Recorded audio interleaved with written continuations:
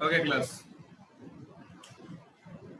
कल हम लोगों ने सरफेस केमिस्ट्री शुरू किया था और सरफेस केमिस्ट्री में हमने सबसे पहले डेफिनेशंस कुछ बेसिक टर्म्स देखे थे, फिर हमने कॉजेस ऑफ एब्जॉर्प्शन देखा था, फिर हमने ये भी देखा था कि कौन कौन से फैक्टर्स एब्जॉर्प्शन को किस तरीके से चेंज करेंगे। हमने थर्मोडायनेमिक पैरामीटर्स की बात की थी, हमने फिर difference between physical absorption and chemical absorption की बात किया था और हमने प्लॉट्स भी देखे थे, है ना। और उसके बाद हमने फ्रेंडलिच आइसोथर्म डिस्कस किया था और क्लास को जब हमने वाइंड अप किया था तो हमने लैंगुएज स्टार्ट कर दिया था, जिसमें मैंने आपको पोस्टरेट लिखवाया था और मैंने आपको ये बोला था फॉर लैंगुएज आइसोथर्म। ठीक है, लैंगुएज की बात कर रहे हैं हम लोग।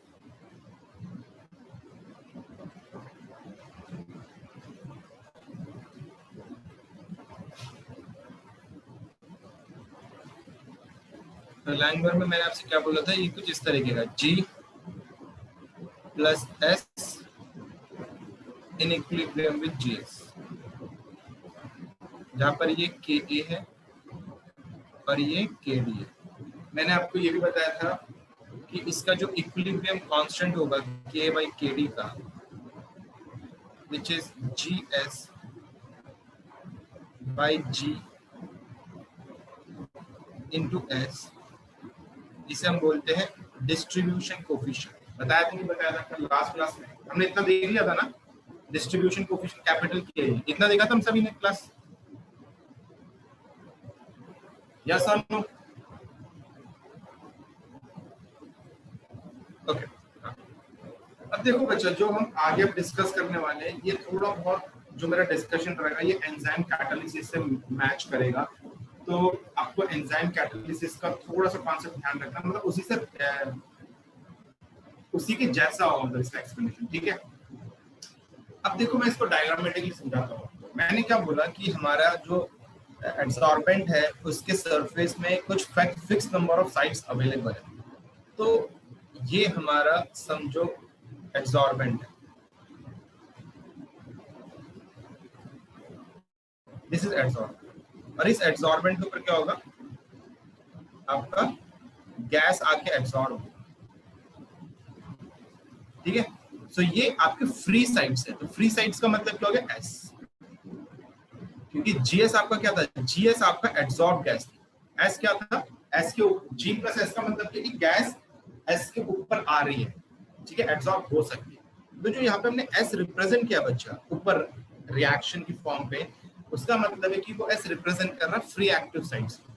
तो यहाँ पर क्या होगा बच्चे, ये जो जी है ये इस एस के ऊपर क्या करेगा, आकर एब्सॉर्ब होगा। और अगेन यहाँ पर आपका इक्विलिब्रियम आ रहा है KN KD। तो इक्विलिब्रियम के दौरान क्या होगा कि कुछ जो साइड्स है वो तो कवर्ड हो जाएंगी और बाकी की साइड्स आपकी क्या रहेगी, अनकवर्ड रहेगी। तो ऐसे हमने कुछ उसमें भी देखा था, अगर आपको ध्यान हो तो मैंने बोल जैसे GS S S GS GS S S S S। तो जहां पर हमने GS लिखा है इसका मतलब क्या है कि ये साइड्स हमारी कवर्ड है। तो हमेशा ध्यान रखो बच्चों, जो G है मैं यहीं पे लिख रहा हूँ, ठीक है, जो G है हमारा,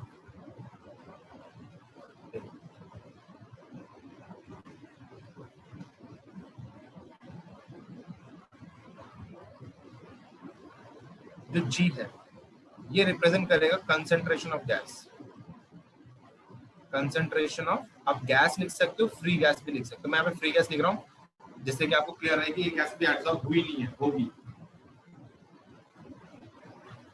जो S है बच्चा, जो कंसंट्रेशन ऑफ S होगा, it represents concentration of free active sites, free active sites, जो साइट्स हमारी फ्री है एब्सॉर्ब के लिए।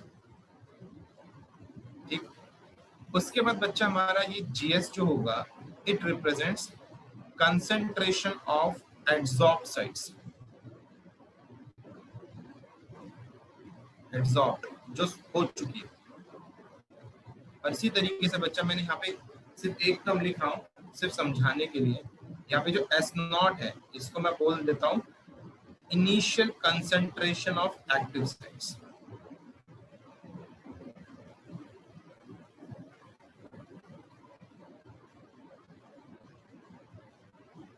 ठीक है, तो ये चीज आपको पता होनी चाहिए कि यहाँ पे एस बेसिकली रिप्रेजेंट किसको कर रहा है और जीएस किसको रिप्रेजेंट कर रहा है। अब बच्चे यहाँ पर हमने क्या बोला था कि लैंग्वेज में हम relation between theta versus pressure पढ़ते हैं, तो यहाँ पे थीटा समझो क्या है। यहाँ पे जो थीटा है वो बेसिकली क्या होता है, जो भी आपकी टोटल साइड्स है ना, जो भी आपकी टोटल साइड्स है, ठीक, जो भी आपकी टोटल साइड्स है उसका कितना फ्रैक्शन, जो भी फ्रैक्शन उसका कवर्ड हो रखा होगा, एब्जॉर्ब हो रखा होगा, दैट इज थीटा।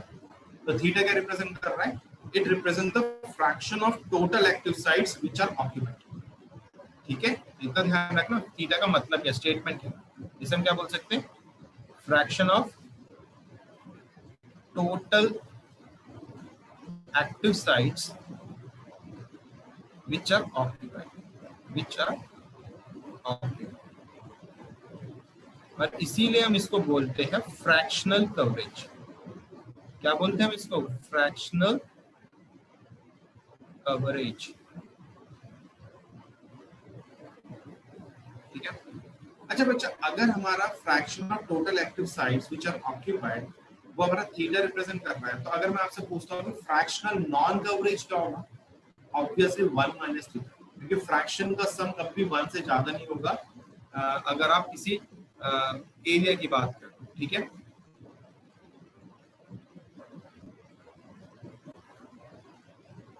बच्चे सेकंड पेज है, तो बच्चे जो 1 माइनस थीटा है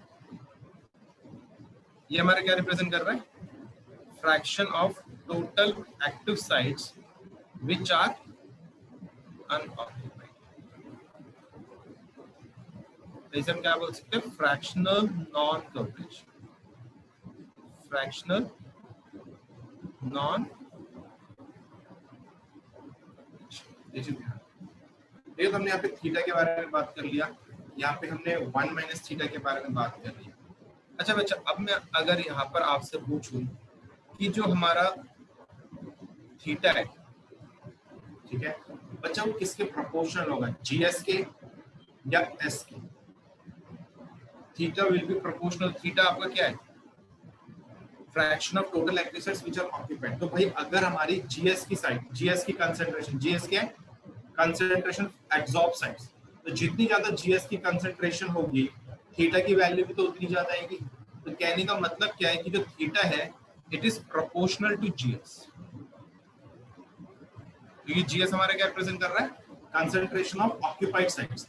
तो जितनी ज्यादा साइट्स ऑक्यूपाइड होंगी उतनी ज्यादा थीटा की वैल्यू बढ़ेगी। उसी तरीके से बच्चे मैं यहाँ पर बोल सकता हूँ कि जो 1 माइनस थीटा है ये बेसिकली प्रोपोर्शनल है एस के, फ्री एक्टिव साइट्स के। जितनी ज्यादा साइट्स आपकी फ्री होंगी मतलब उतना ज्यादा आपका अभी साइट्स अनऑक्यूपाइड। ठीक है, और जो आपका प्रेशर है वो किसके प्रोपोर्शनल होगा, कंसंट्रेशन ऑफ गैस की। जितना ज्यादा गैस का कंसंट्रेशन उतना ज्यादा प्रेशर गैस है कि नहीं है। तो बच्चा हमने क्या कर दिया कि इसका मतलब जो हमने ऊपर निकाल रखा है जीएस अपॉन पे एस इंटू जी, अगर मैं इन प्रोपोर्शनलिटी साइन का रेशियो ले लूं तो जीएस की जगह क्या लगा सकता हूं, थीटा अपॉन पे पी इंटू पे 1 माइनस। ये बराबर बनेगा कि नहीं बनेगा, और ये किसके बराबर होगा, ये किसके बराबर होगा, ये जो लिखा हुआ है किसके बराबर है, के के बराबर है। तो हमने यहाँ पे इसे लिख दिया कैपिटल। तो अब मैं इस पे वर्कआउट करूं अगर, तो मैं यहाँ पे क्या लिख सकता हूँ, तो मैं यहाँ पर थीटा का एक्सप्रेशन बनाना चाहता हूँ, तो मैं इसे लिख लेता हूँ 1 माइनस थीटा अपॉन पे theta is equal to 1 upon k. So it becomes 1 upon theta is equal to 1 upon kp plus 1. तो ये हो जाएगा 1 upon theta is equal to 1 plus kp upon पे kp। तो बच्चा थीटा का ये फाइनल एक्सप्रेशन आता है और ये आपको याद ही रखना है, हमेशा हमेशा याद रखना है। Theta is this kp upon पे 1 प्लस k। ठीक है, अब बच्चा मैंने आपको कल ही बताया था शुरू करने से पहले इस टॉपिक को कि हम जो लैंगम्यूर आइसोथर्म है उसको दो तरीके से पढ़ते हैं। एक पढ़ते हैं हम नॉन डिसोशिएटिव लैंगम्यूर एडसॉर्प्शन और एक पढ़ते हैं हम डिसोशिएटिव लैंगम्यूर एडसॉर्प्शन। तो बच्चे ये जो एक्सप्रेशन हमने निकाला है ये आपका नॉन डिसोशिएटिव लैंगम्यूर एडसॉर्प्शन का, और यही सबसे कॉमन फॉर्म है। सबसे ज्यादा सवाल इसी में से ही आएंगे, ठीक है, इसे आप मार्क कर सकते हो ऐसे करके, बहुत इंपॉर्टेंट हो जाती है, बहुत ज्यादा, ठीक है। तो हमने किसके बनाया है, नॉन डिसोशिएटिव के। अच्छा, अब अगर मैं आपसे यहाँ पर केसेस की बात करूं, देखो अब हमने कल प्लॉट्स को डिस्कस किया था, मैंने मोनोलेयर और मल्टीलेयर के प्लॉट्स आपको बताए थे, यस और हाँ बच्चा, प्रेशर भाई गैस का प्रेशर किसके प्रोपोर्शनल होगा, गैस के कंसंट्रेशन के लिए ना। तो जितना ज्यादा आपका गैस का प्रेशर बढ़ेगा इसका मतलब उसका कंसंट्रेशन बढ़ रहा है, ठीक है। तो कल मैंने आपको मोनोलेयर और मल्टीलेयर के क्या बताए थे, प्लॉट्स बताए थे। तो अब वो प्लॉट कैसे बनेगा वो मैं आपको दिखा रहा हूँ, ठीक है। कल मैंने आपको डायरेक्ट बताया था, अब मैं यहाँ पे सेम मैंने आपको उस वक्त भी बताया था काइनेटिक्स के टाइम पे भी कि अगर आपको एसएस से आता है तो आप सारा काम कर सकते हैं। यहाँ पे मैंने एसएस के थ्रू इसको दिखाया नहीं है क्योंकि मैकेनिज्म नहीं है। अब देखो हमारे पास ऐसा कोई फॉर्म आ गया, theta is equal to KP upon 1 plus KP. अब यहाँ पर देखो, अगर मैं आपसे बोल देता हूँ case 1, if KP is very small compare to 1, तो इसका मतलब क्या हो गया, जो थीटा है वो क्या हो जाएगा, मैं केपी की वैल्यू 1 के कंपैरिजन में इग्नोर कर सकता हूं, तो it is equal to KP, it is equal to. तो यहां से क्या समझ में आता है, इसका मतलब जो थीटा है is linearly proportional, straight line आ रही नहीं है, linearly proportional to pressure, to pressure. देख लो आप, ठीक है। कब, जब प्रेशर बहुत छोटा होगा, ये मैंने आपको कल भी बताया था कि शुरुआत में क्या होगा, जैसे जैसे हम प्रेशर बढ़ाएंगे, जैसे जैसे हम गैस की कंसंट्रेशन बढ़ाएंगे तो थीटा हमारा प्रेशर के साथ बढ़ेगा, ये मैंने कल डिस्कस किया था। फिर मैंने बोला था कि एक टाइम आएगा जब आपकी सारी साइड्स कवर्ड हो जाएंगे, मतलब आपका फुल एब्जॉर्प्शन हो चुका है। तो अगर आप इसके बाद प्रेशर बढ़ाओगे तो आपके एब्जॉर्प्शन रेट में कोई फर्क नहीं पड़ेगा, आपके एब्जॉर्प्शन के एक्सटेंट में कोई भी इफेक्ट नहीं आएगा। वो केस 2 से हम समझ सकते हैं। केस 2 पे देखो, अगर मैं बोल देता हूँ कि केपी की वैल्यू अभी बहुत बड़ी है 1 से, तो इसका मतलब क्या हुआ कि थीटा की वैल्यू 1 हो चुकी है, मतलब थीटा अपनी मैक्सिमम वैल्यू पर पहुंच चुका है। तो क्या अब थीटा की वैल्यू पे इफेक्ट आने वाला है प्रेशर को चेंज करने पर? नहीं।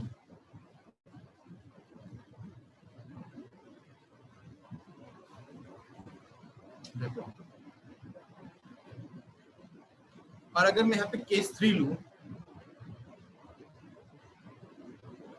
If KP is comparable to 1, मतलब मैं इसे इग्नोर नहीं कर सकता, इसी को भी इग्नोर नहीं कर सकता। तो इस केस में क्या होगा, सीधी सी बात है, जो आपका थीटा है उससे मैं सिर्फ ऐसे ही लिख पाऊंगा और कुछ मैं इसको नहीं लिख सकता। तो बच्चे इस फॉर्म का मतलब क्या है, केस 1 समझ में आ गया, केस 2 भी समझ में आ गया, केस 3 का मतलब क्या है। देखो केस 3 में हमें दिख रहा है कि थीटा प्रोपोर्शनल टू पी है, ऊपर आ रखा है, पर नीचे भी पी आ रहा है।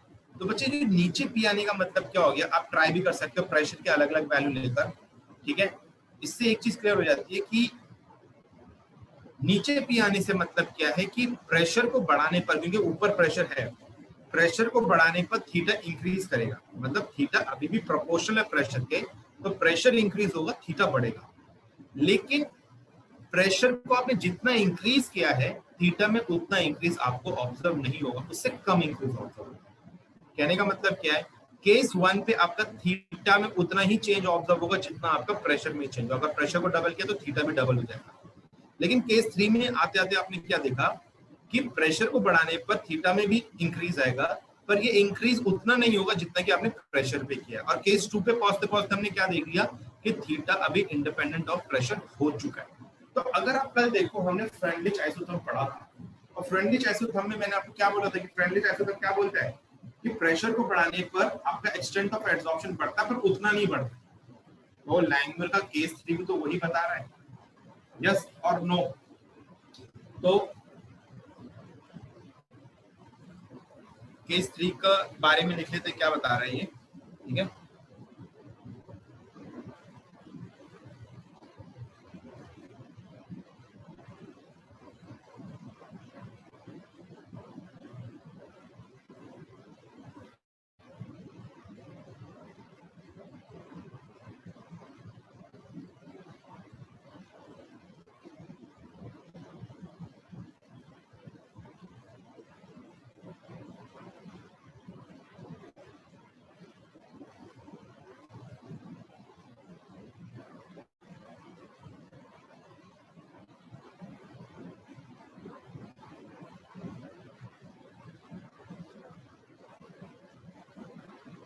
ठीक है,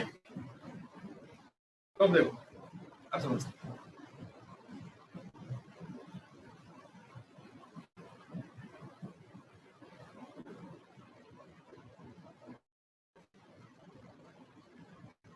तो बच्चा इसको हम ऐसे भी तो लिख सकते हैं। केस 1 को मैंने बोला Kp is very small compare to 1, तो बच्चा ये केस हमारा, मैं यहाँ पर ये भी तो बोल सकता हूँ एट वेरी लो प्रेशर, क्योंकि जब प्रेशर बहुत लो होगा तभी तो Kp की वैल्यू 1 से काफी छोटी हो सकती है। और अगर मैं बोलता हूँ Kp is very high compare to 1, तो मैं बोल सकता हूँ एट हाई प्रेशर या एट वेरी हाई प्रेशर, कुछ भी लिख लो, बस क्लियर होना चाहिए कि हम कहना क्या चाहते हैं।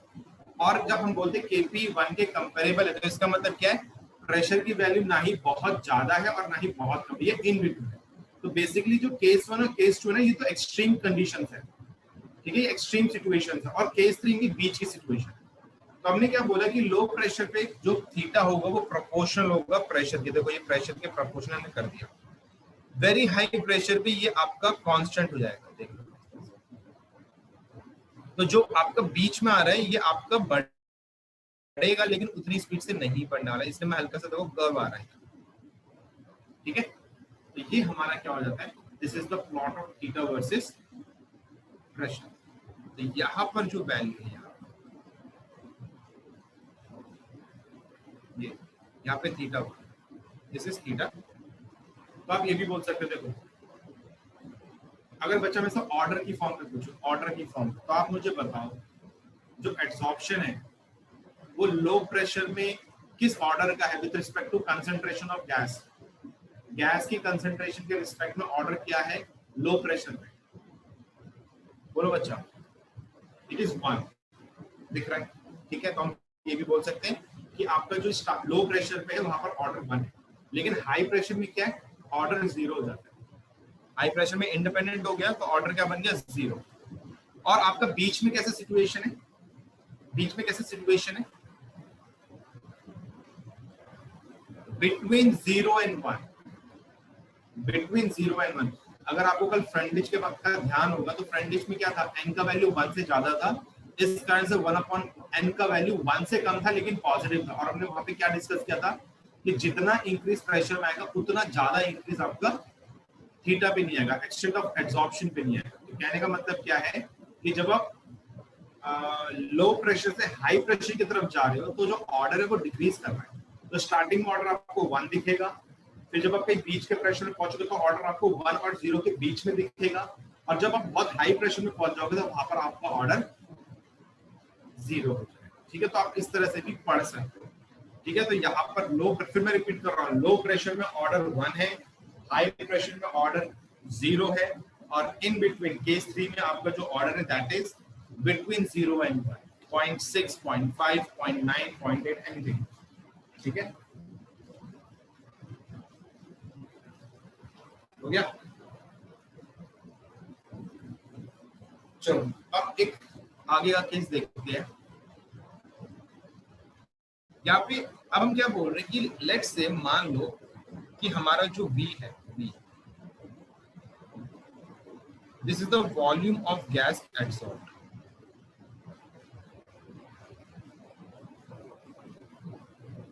किस प्रेशर में, एट प्रेशर, एट प्रेशर। तो हमने मान लिया कि जिस प्रेशर में हम स्टडी कर रहे हैं उस समय पर वॉल्यूम जो V है वो आपका एब्सॉर्ब हो रहा है, ठीक है। और जो Vm है, Vm ये बच्चा volume of gas absorb at very high pressure.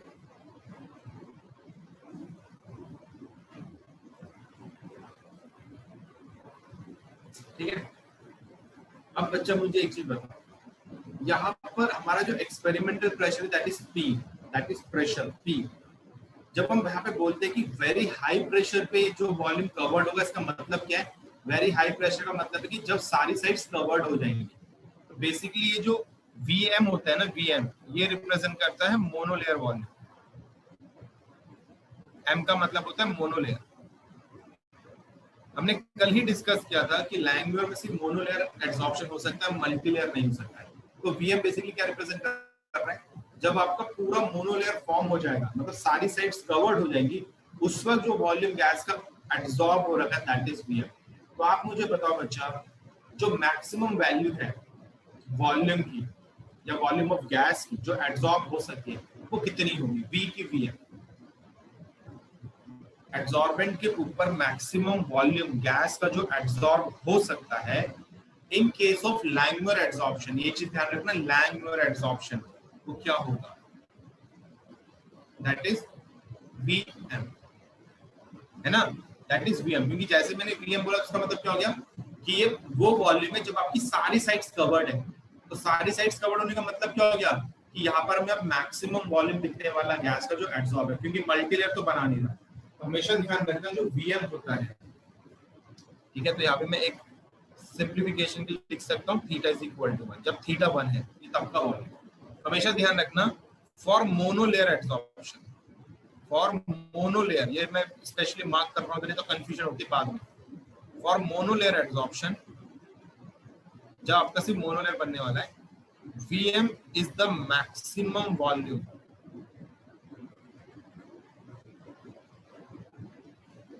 of gas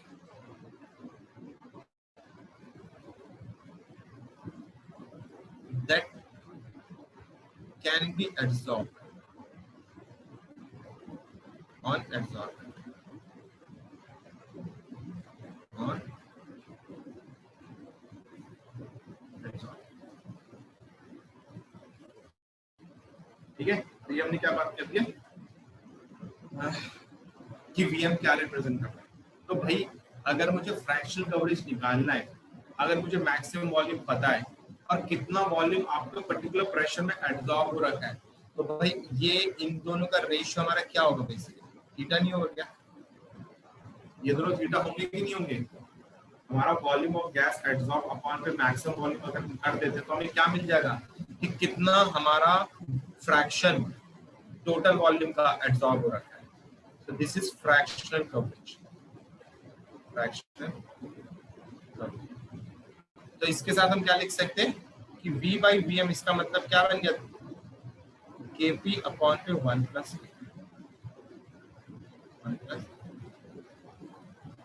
this is the alternative form of Langer equation, alternative form of Langer equation।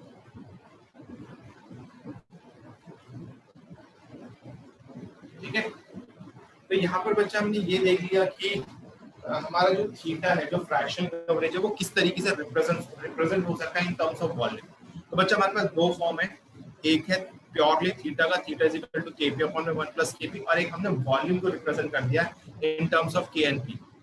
तो नेक्स्ट है हमारा प्लॉट्स।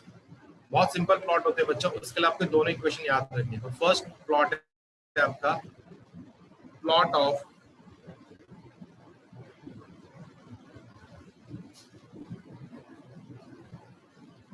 तो जैसे ये इक्वेशन, ये प्लॉट का आपको पता लगता है स्टेटमेंट की 1 upon theta versus 1 upon P का है, तो कौन सी इक्वेशन लेनी चाहिए जहाँ पे थीटा और पी आ जाए? तो वो इक्वेशन कौन सी है?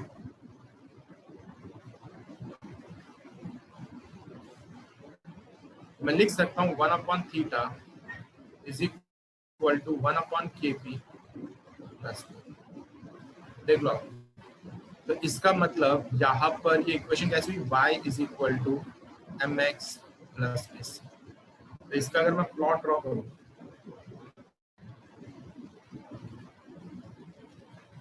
One upon theta, one upon P. अब इतना ध्यान रखना बच्चा, यहाँ पर इंटरसेप्ट जो है, इंटरसेप्ट क्या है 1, और स्लोप क्या है 1 अपॉन। इनका बच्चा यूनिट को जरूर ध्यान रखना, यूनिट 1 अपॉन के का यूनिट क्या होगा एरिया, इसका क्या होगा डायमेंशन।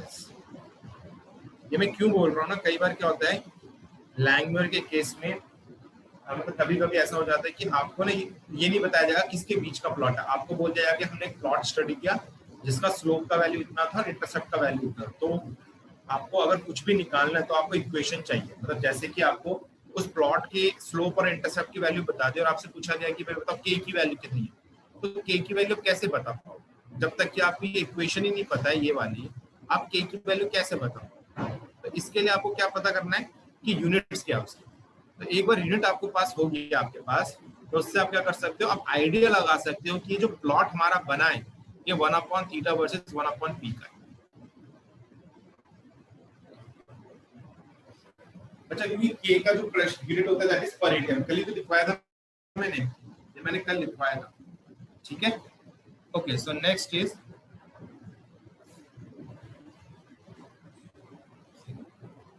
प्लॉट ऑफ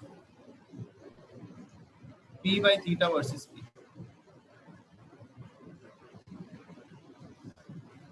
अभी भी बच्चा हमने ऐसे ही इक्वेशन ली है जहां पर कि हमारा प्रेशर थीटा हो। तो बच्चा ये जो हमने यहाँ पर ये इक्वेशन बनाई ये वाली, इसको मैं यूज कर रहा हूँ, ये हो जाएगा 1 upon theta is equal to 1 upon K P plus. मतलब शुरू हमने यहीं से करना है, पर मैंने यही डायरेक्ट यूज कर लिया क्योंकि वहां के वहीं पहुंचना। मुझे क्या चाहिए पी बाई थीटा, तो मैंने क्या कर दिया, मैंने दोनों तरफ पी से मल्टीप्लाई कर दिया, तो ये बन गया पी बाई थीटा, ये बन गया 1 बाई के, और ये बन गया पी। देखो ओके बच्चा, ये मैंने इक्विलिब्रियम के टाइम पे भी बताया था कि जो भी आपके थर्मोडायनेमिक इक्विलिब्रियम्स होते हैं they are dimensional. Thermodynamic equilibrium आपके होते हैं के इन टर्म्स ऑफ कंसंट्रेशन, जो हमने वहां पे पढ़ते हैं, एंड नेक्स्ट इज आपका जो ये है K P and K X, these three are units, ठीक है। इस चीज को ध्यान रखें, बाकी नहीं होते, बाकी की यूनिट्स होती है। इसलिए मैंने स्पेशली उसको मेंशन किया था जो भी थर्मोडायनेमिक इक्विलिब्रियम कांस्टेंट्स है। तो ये हमारे पास क्या आ गया,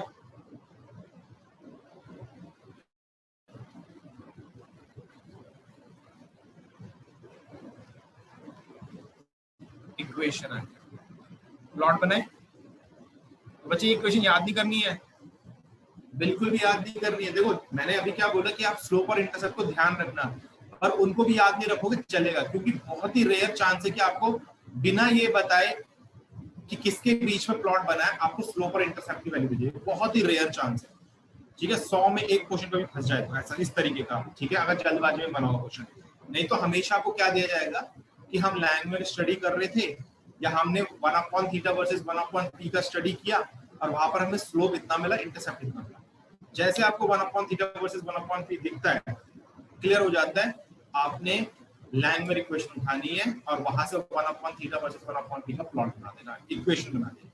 इक्वेशन बन गया, सवाल हो सकता है। तो हमेशा ध्यान रखो ये इक्वेशन, ये इक्वेशन, तो इसमें देखो थीटा है, इसमें के है और इसमें पी है, तो इसमें से कोई किसी भी दो वैल्यू देकर तीसरी पूछी जा सकती है, पहली चीज। दूसरी चीज, हमें पता है स्लोप हमारा 1 अपॉन के है और इंटरसेप्ट हमारा डायमेंशन है, तो स्लोप देकर आपको के का वैल्यू पूछा जा सकता है, ठीक है। या फिर आपको स्लोप दे दिया जाएगा, आपको प्रेशर दे दिया जाएगा और पूछाएगा थीटा कितना, तो स्लोप की हेल्प से आप के निकाल लोगे और फिर उसकी वैल्यू सब्स्टिट्यूट करोगे, प्रेशर की वैल्यू सब्स्टिट्यूट करोगे, उनका 1 अपॉन केपी लोगे और फिर 1 से प्लस करोगे और उसका इन्वर्स करोगे तो आपको थीटा मिल जाएगा। तो इस तरह से यहाँ पे सवाल आता है।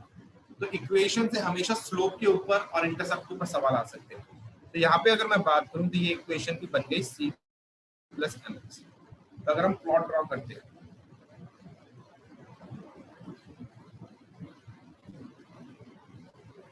This is P by theta, this is P तो देखो यहाँ पे भी तो वैसे ही आएगा, शेप बिल्कुल सेम है, बस इतना फर्क है। देखो यहाँ पे इंटरसेप्ट अब हो गया 1/k, यहाँ पे इंटरसेप्ट क्या 1/k, और स्लोप क्या है डायमेंशनलेस। देखो तो मैं लिख दे रहा हूँ डायमेंशनलेस और एटीएम, क्योंकि वो ऑलरेडी आपको पता है पिछली इक्वेशन हो गया। चलो थर्ड केस, थर्ड प्लॉट जो हम बनाते हैं that is 1/v versus 1/p।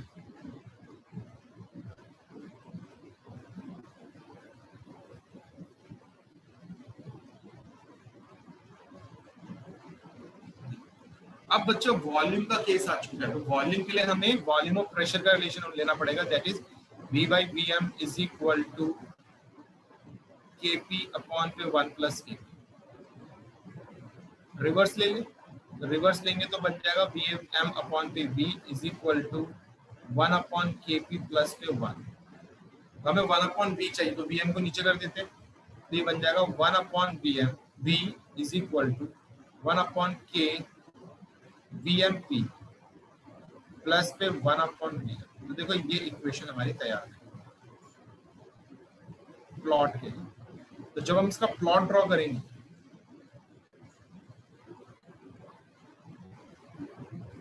One upon V versus 1/p का अगेन कैसा आ रहा है, y is equal to M X plus C. यहाँ पे फिर से स्ट्रेट लाइन है कुछ इस तरीके का, लेकिन इस बार इंटरसेप्ट क्या है, इंटरसेप्ट क्या है 1/vm, और इसका स्लोप क्या बनेगा, और यहाँ पर जो स्लोप है हमारा ये कितना है, इट इज 1/kvm। तो इसका यूनिट क्या बनेगा, एटीएम पर लीटर। देख लो आप, ठीक है बच्चा ने पर लीटर बोला है तो मीटर क्यूब डेसीमीटर क्यूब में भी कुछ बोल लिख सकते हो आप। बहुत इजी है, कुछ ऐसा मेहनत का काम नहीं है।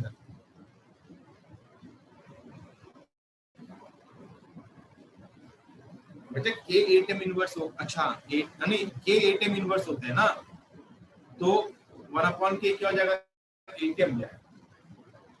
ठीक है, ओके। सो लास्ट प्लॉट है हमारा plot of p/v versus p। ठीक है, तो इसमें हमने क्या करना है, अगेन ये इक्वेशन उठा लेते हैं। तो बच्चों मैं बेसिकली नहीं, मैं यहाँ से नहीं जा रहा हूँ, ये इतना लंबा काम करें। हमने यहाँ पे एक इक्वेशन बनाई है पीछे, वहां से मैं उठा रहा हूँ सीधा सीधा। इक्वेशन हो जाएगी 1/v, देखो आप 1/v 1/kvmp प्लस पे 1/v। अब मैंने प्रेशर, मुझे प्रेशर क्या करना है, p/v चाहिए, तो मैं प्रेशर से दोनों तरफ मल्टीप्लाई कर रहा हूँ, ये बन जाएगा p/v is equal to 1/kvm plus p/v। अगर आप इधर देखोगे तो बन जाएगा y is equal to c plus mx। तो अगर मैं इसका प्लॉट ड्रॉ करता हूँ,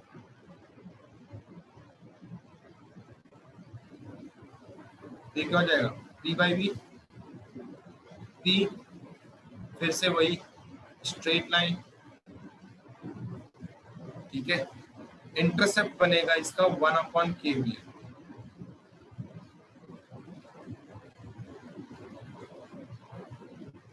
और स्लोप बन जाएगा इसका 1/v। इनकी मैं यूनिट से लिख रहा हूँ क्योंकि पीछे बता रखे कि 1/v यूनिट क्या होती है। तो बच्चे ये चार आपके क्या है, प्लॉट्स हैं। तो बच्चे इनके ऊपर सवाल कैसे आता है, आपको ना इंटरसेप्ट दे दिया, आपको ऐसा बोल दिया जाएगा the slope and intercept of a plot of p/v versus p is so and so, so calculate vm and k। तो अगर आपको स्लोप बोला हुआ है तो वो 1/vm की वैल्यू बता रही है, और अगर आपको इंटरसेप्ट बोला है तो वो 1/kvm की वैल्यू, तो वहां से आप क्या कर लेते हो, k की वैल्यू और vm की वैल्यू कैलकुलेट कर लेते हो। ठीक है, ओके। तो ये हमारा लास्ट प्लॉट था जो हमने देखा।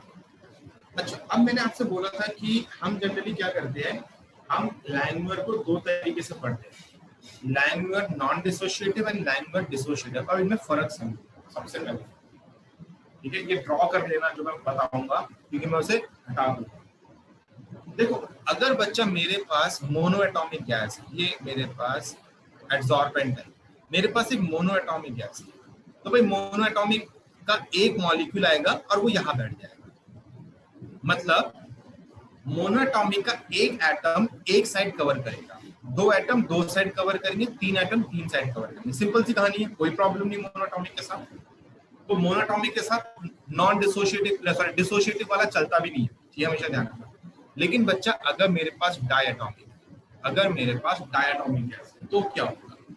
अब यहाँ पर दो सिनेरियो आते हैं, यहाँ पर दो सिनेरियो है। एक सिनेरियो होता है कि भाई ये दोनों ही, मतलब ये दो डायटॉमिक जो है, जो मॉलिक्यूल बना है हमारा, ये दोनों ही एक ही साइड कवर कर लेंगे। मतलब है ये मल्टी मोनोलेयरी, क्योंकि एक ही मॉलिक्यूल कवर होने वाला। तो आप इसे इस तरह से भी दिखा लो, या आप जैसे भी दिखाना चाहो, ठीक है, इससे कंफ्यूजन आ जाएगी, ये मल्टी लेयर है, तो आप इस तरह से दिखा सकते हो, जैसा दिखाना चाहो, ठीक है, इस तरह से दिखा सकते हो, इस तरह से। मतलब वो क्या करेगा कि आपके अभी दोनों एटम एक साइड को कवर करेंगे, अगर हम इस तरीके से देखते हैं। और दूसरा तरीका क्या हो सकता है, हम ये मान लेते हैं कि टूटेंगे पहले और फिर एक एटम एक को एब्सॉर्ब करेगा, तो एक टूटा और एक टूटा। तो अगर आप ऊपर वाला सिनेरियो देखो, तो अभी ऊपर वाले सिनेरियो में क्या हो रहा है कि एक डायटोमिक मॉलिक्यूल एक साइड को कवर कर रहा है, दो डायटोमिक मॉलिक्यूल दो साइड को ही कवर करेंगे, तीन डायटोमिक मॉलिक्यूल तीन साइड को ही कवर करने वाले। तो अगर आप इस सिनेरियो को देखो, तो ये सिनेरियो सेम मोनोटॉमिक जैसा नहीं है, क्योंकि जितने मोनोटॉमिक गैस थी उतने ही आपके साइड्स कवर हो रहे थे, और यहाँ पर भी जितनी डायटोमिक गैस है उतने ही साइड्स आपके कवर हो रहे कि नहीं हो रहे।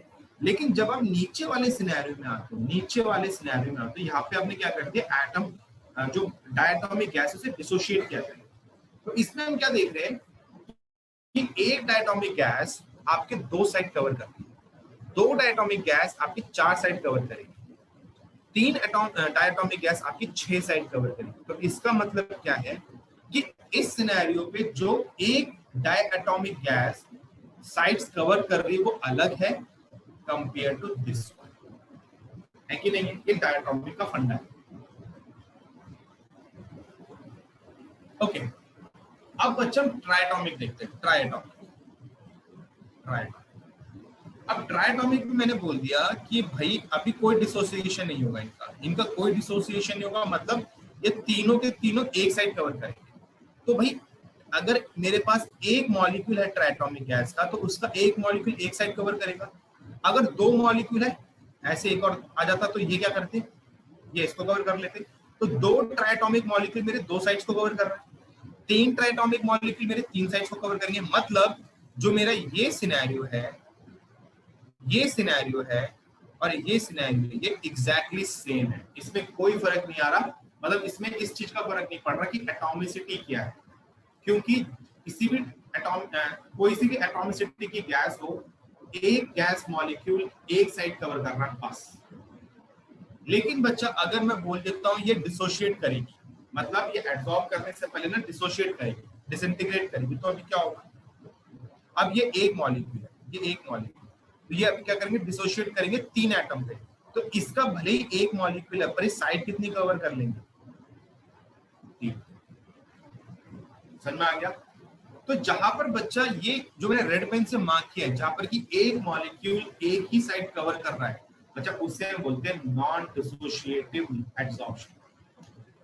और जहां पर हम ये कर रहे हैं कि जो हमारे एटॉमिसिटी है उसे ब्रेक कर रहे हैं, मतलब डायटोमिक को हमने डिसोशिएट किया, तो उसके देखो ये दो मॉलिक्यूल एब्जॉर्ब हो रहे हैं, दो एटम इधर है। ट्राइटोमिक को डिसोशिएट करने के बाद हमने देखो यहाँ पे एब्जॉर्ब किया, इनको हम बोलते हैं डिसोशिएटिव एब्जॉर्प्शन। तो अभी देखो मैंने नॉन डिसोशिएटिव में कोई केस नहीं बनाया था कि ये डायटोमिक का केस है कि ये ट्राइटोमिक का केस है, मैंने ऐसा कोई केस नहीं बनाया था। क्यों? क्योंकि वहां पे जरूरत नहीं, क्योंकि हमें पता लग रहा है कि भले हमारा मोनोएटॉमिक गैस हो या हमारा डायटोमिक गैस हो या हमारा ट्राइटोमिक गैस हो या कोई सा भी एनाटॉमिक गैस हो, एक गैस मॉलिक्यूल एक साइड कवर करने वाला है बस। मतलब जितने गैस मॉलिक्यूल होंगे उतने ही साइड कवर होने वाले, मतलब कहानी सब में सेम चलेगी। यस और नो बोलो, कहानी सब में सेम चलने वाली है। लेकिन जब हम डिसोसिएशन की बात करते हैं तो हमें दिख रहा है एक डायटोमिक मॉलिक्यूल 2 साइड कवर करेगा, एक ट्राइएटॉमिक मॉलिक्यूल 3 साइड कवर करेगा, एक टेट्राएटॉमिक मॉलिक्यूल 4 साइड कवर करेगा। मतलब एटॉमिसिटी के बिहाफ में हमारी जो नंबर ऑफ साइड्स कवर्ड हो रही है वो चेंज हो रही है कि नहीं हो रही है। तो इसका मतलब यहाँ पर हर एक केस का अलग अलग एक्सप्रेशन बनता है। डायटोमिक का एक्सप्रेशन अलग होगा, ट्राइटोमिक का अलग होगा, टेट्राटोमिक का अलग होगा। अब मोनो एटॉमिक के लिए कोई डिसोशिएटिव एब्जॉर्प्शन नहीं होता है, क्योंकि मोनो एटॉमिक को आप डिसोशिएट नहीं कर सकते। ठीक है, तो मोनो एटॉमिक हमेशा नॉन डिसोशिएटिव में चलेगा। ठीक, तो हमेशा ध्यान रखो नॉन डिसोशिएटिव एब्जॉर्प्शन जो हमने पहले पढ़ा था वो मोनो बोल दे, डाई बोल दे, ट्राई बोल दे, सबका एक्सप्रेशन एक ही है, theta is equal to KP upon पे 1 प्लस केपी। ठीक है, भले ही मोनो हो, भले ही डाई हो, भले ही ट्राई हो, भले ही टेट्रा, डजंट मैटर, तो वो सब में क्या चलेगा, केपी अपॉन पे 1 प्लस केपी। लेकिन अगर आपको बोल दिया जाता है कि gas is following a dissociative absorption, तो फिर आपने ये चेक करना है कि गैस डायटोमिक है या फिर ट्राइटोमिक है या फिर टेट्राटोमिक है, और उस हिसाब से आपका एक्सप्रेशन क्या होगा, बदलेगा। ठीक है, तो ये आपका कॉन्सेप्ट होता है डिसोशिएटिव और non dissociative. This is the difference between dissociative and non dissociative. तो मैं पूरा डायग्राम हटा रहा हूं।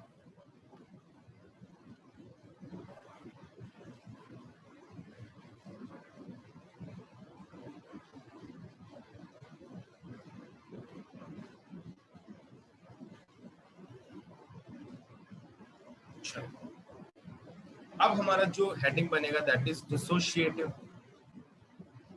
ठीक है,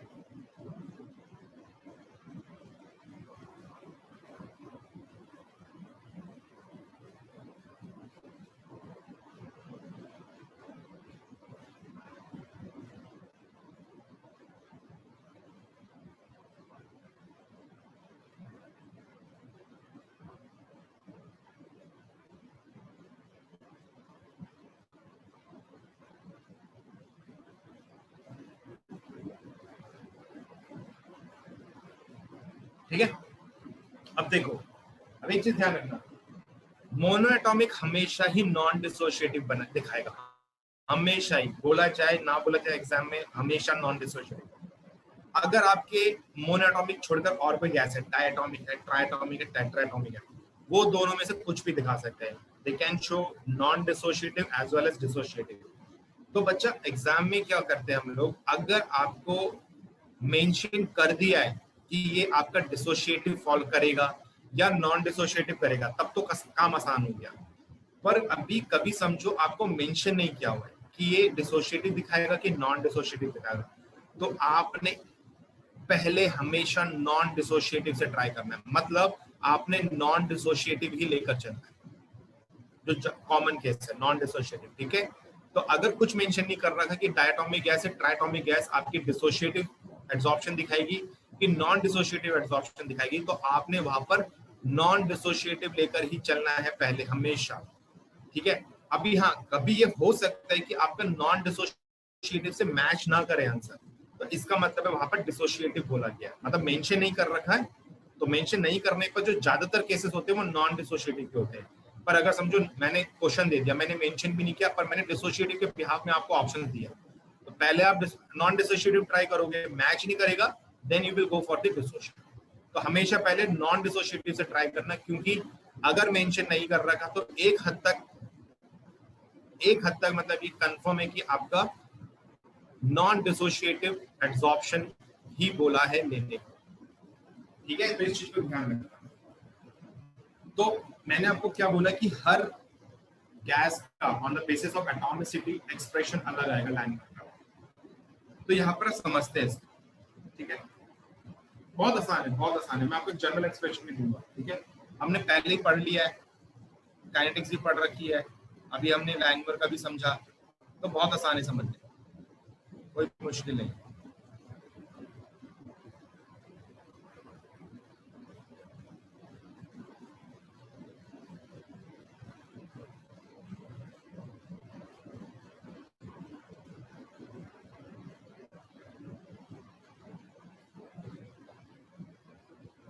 ये हो गया। अगेन बच्चा के ए एंड के। अच्छा मैंने यहाँ पे गैस कौन सी ली है, डायटोमिक। ये डायटोमिक के लिए बता रहा हूँ मैं। अब यहाँ पर क्या होगा,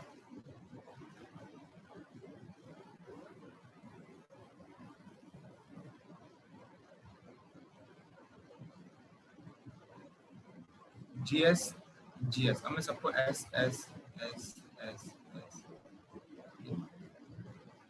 यहाँ पर हमें दिख रहा है एक डायटोमिक गैस दो साइड कवर करने वाला, मतलब दो एक्टिव साइड्स को यूज करेगा। तो बच्चा अगर मुझे इसका रिएक्शन लिखना है तो क्या मैं ऐसे नहीं लिख सकता रिएक्शन की फॉर्म पे, G2 हमारा S क्या रिप्रेजेंट करता है, free sides, free active sides. तो G2 हमारे दो फ्री एक्टिव साइड्स यूज करेगा और आपकी दो एड्सॉर्ब साइड्स हमें दिखेंगी।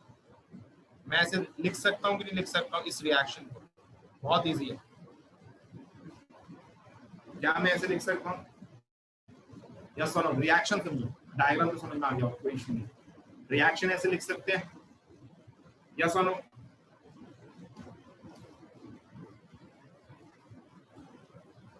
बोलो क्लास, क्या रिएक्शन ऐसे लिख सकते हैं?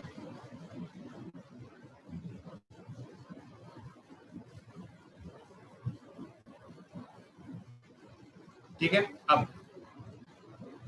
अब देखो एक बार हमने ये लिख लिया, तो अगर मैं यहाँ पर बोलता हूं कि जो के ए बाई के डी है वो क्या है, that is G S square G2 and S square, which is nothing but equal to distribution coefficient, जो इक्विलिब्रियम कांस्टेंट है। ठीक है। अब बच्चा थीटा का मतलब वही है, 1 माइनस थीटा का मतलब भी वही है, और प्रेशर का मतलब भी वही है जो हमने पीछे पढ़ा है। तो आप मुझे बताओ बच्चा थीटा किसके प्रोपोर्शनल होगा, थीटा प्रोपोर्शनल होगा कि कितने साइड्स कवर्ड हो रखे, मतलब it is proportional to GS. Same वही चलेगा, कहानी तो वही होगी ना, डिपेंडेंसी जो थीटा की होगी वो तो वही होगी जो पीछे थी। कितना ज्यादा आपका फ्रैक्शन कवरेज है वो डिपेंड करेगा कितनी साइड्स आपकी कवर्ड हो रही है, मींस जीएस। कितना आपका नॉन कवरेज फ्रैक्शन है ये डिपेंड करेगा कितनी साइड्स आपकी फ्री है। अब कितना आपका प्रेशर है गैस का वो डिपेंड करेगा कि कंसंट्रेशन क्या है गैस है कि नहीं है।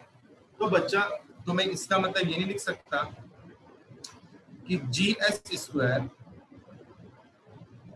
अपॉन पे G2, सॉरी ये G2 है, G2 S square should be equal to theta square. Proportionality से हटा के मैंने रेशियो ले लिया, ठीक है। G2 की जगह मैं प्रेशर लिख सकता हूँ और इसकी जगह मैं लिख सकता हूँ 1 माइनस थीटा का होल, ठीक है। और ये किसके बराबर है, ये बराबर है हमारे कैपिटल के। तो इसका मतलब मैं यहाँ पे लिख सकता हूँ दैट 1 माइनस थीटा अपॉन पे theta the whole square is equal to 1 upon K, जो मुझे दिख रहा है यहाँ से बिल्कुल 1 अपॉन के। तो इसका मतलब मैं यहाँ पे बोल सकता हूँ that 1 upon theta is equal upon पे theta is equal to 1 upon K P raise to P half. तो 1 अपॉन थीटा क्या हो गया, 1 अपॉन थीटा हो गया 1 प्लस के P raise to P half upon पे के ना, यहाँ वहां पे जाके मैंने +1 कर दिया और एल से ले लिया, ठीक है। तो इसका मतलब थीटा क्या बना, थीटा बन गया के P raise to P half 1 plus के पी रेज टू। तो this is the Langmuir equation for dissociative adsorption in case of diatomic gas.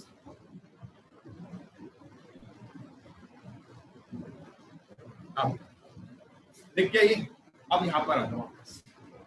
अगर समझो ये ट्राइटोमिक होती तो G3 होती, अगर ये ट्राइटोमिक होती तो रिएक्शन कैसे लिखते हैं, G3 plus 3S giving 3GS। तो इक्विलिब्रियम कांस्टेंट क्या बनता है, GS क्यूब अपॉन पे G2 इंटू पे S क्यूब। तो इसका मतलब हमारा थीटा का फॉर्म क्या बन जाता है, थीटा क्यूब अपॉन पे P इंटू पे 1 माइनस थीटा क्यूब। तो कहने का मतलब क्या है बच्चा कि यहाँ पर जो हमने स्क्वायर रूट लिया है, अगर ये ट्राइटॉमिक होता तो हम क्या करते हैं, क्यूब रूट लेते। तो कहने का मतलब क्या है कि जो 1/2 आ रहा है ये 1/3 हो जाता है। तो यहाँ पर मैं आपको जनरल केस दे रहा हूँ, ठीक है। तो वो जनरल केस हम क्या लिख सकते हैं,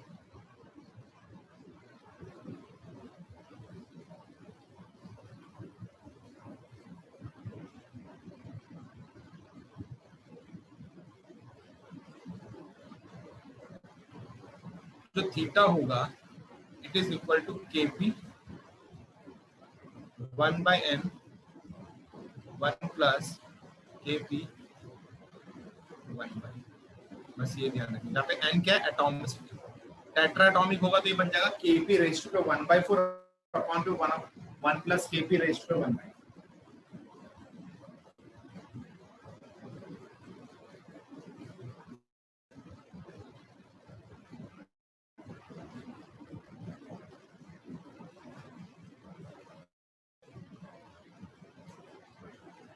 हो गया।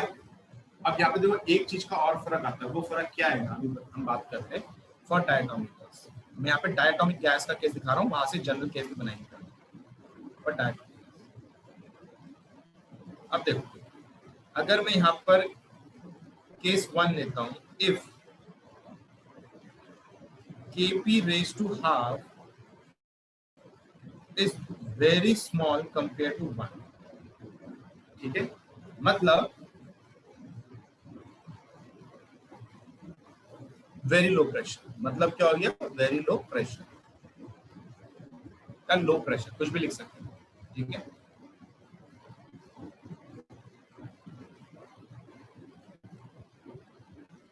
यहाँ पर क्या बनेगा, ये K theta is equal to KP raise to पे बन जाएगा। जो बगल में लेफ्ट साइड में इक्वेशन दिख रहा है ये वाली है, देखो ये वाली इक्वेशन 1 के कंपैरिजन में KP रेज़ टू हाफ को इग्नोर कर दो नीचे, तो ये आ गया। तो यहाँ पर में दिख रहा है बच्चा थीटा इज लीनियरली प्रोपोर्शनल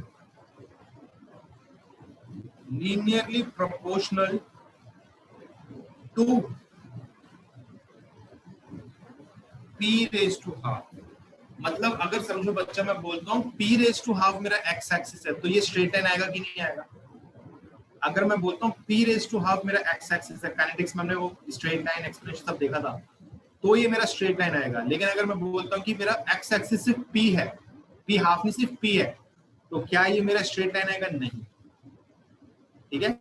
मतलब प्रोपोर्शनल होगा, बढ़ेगा, लेकिन उतनी स्पीड से नहीं बढ़ेगा जितनी स्पीड से मेरा क्या बढ़ रहा है, प्रेशर बढ़ रहा है, क्योंकि पावर 0.5 की है, ठीक है। तो यहाँ पर हमने क्या बोल दिया, that it is linearly proportional to P raise to half.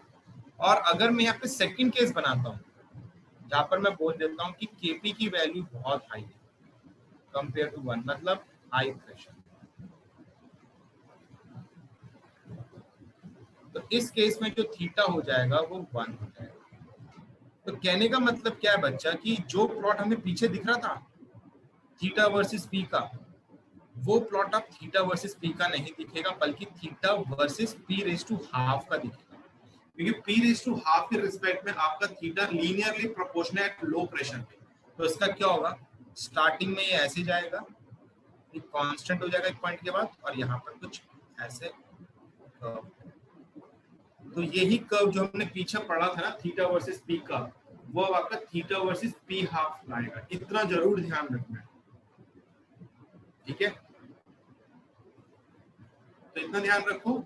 अगर आपको ये बोल जाएगा कि डिसोशिएटिव एड्सॉर्प्शन हो रहा है for oxygen, oxygen means O2, तो आपका जो इस टाइप का कर्व है वो किसका आएगा, तो वो आएगा theta versus P raise to half का, ना कि थीटा वर्सेस P का। हाँ, अगर वो बोलते, क्वेश्चन में पूछा जाए कि जो ऑक्सीजन है वो नॉन डिसोशिएटिव एड्सॉर्प्शन दिखा रहा है, तो ऐसा कर्व किसका आएगा, किसके पीछे आएगा, थीटा वर्सेस P का, क्योंकि हमें पता है कि अगर हमारा ऑक्सीजन नॉन डिसोशिएटिव दिखाएगा तो पहला वाला केस का जो आपने पढ़ चुके हैं, तो कभी भी नॉन डिसोशिएटिव की बात आ रही तो it is theta versus P। पर अगर डिसोशिएटिव की बात आई है तो आपने देखना है कि कौन सा एटॉमिसिटी है, ठीक है। यहाँ पर हम क्या बोल सकते हैं, in general in general, dissociative adsorption for an atomicity gas.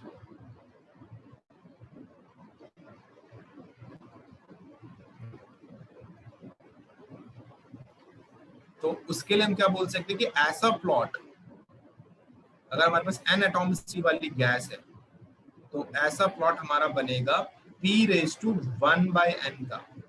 अगर एक ट्राइएटॉमिक होती तो यही प्लॉट हमारा बनता किसके बीच में, किसके बीच में, थीटा वर्सेस p⁻1/3। अगर ये टेट्रा होती तो थीटा वर्सेस p 1/4 का प्लॉट ऐसा आता। थीटा वर्सेस p का प्लॉट ऐसा नहीं आएगा अगर डिसोशिएटिव एडसॉर्प्शन है। हाँ, अगर आपसे बोल दिया ट्राइएटॉमिक है, नॉन डिसोशिएटिव है, तो कब आएगा, थीटा वर्सेस p। तो कभी भी नॉन डिसोशिएटिव बोल दिया तो वहां पर एटॉमिसिटी मैटर नहीं करेगी।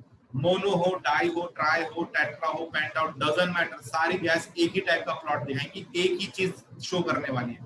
पर जैसे आपसे बोल दिया कि भाई डिसोशिएटिव एडसॉर्प्शन है, तब एटॉमिसिटी रोल प्ले करेगी। और आपने देखना है कि हमारा जो लैंगर एक्सप्रेशन है वो कैसा बनेगा। तो जनरल फॉर्म ध्यान रखना, n आपकी वहां पे एटॉमिसिटी है, तो अगर ट्राइएटॉमिक होती तो ये बन जाता theta is equal to kp⁻1/3 upon पे 1 प्लस kp⁻1/3।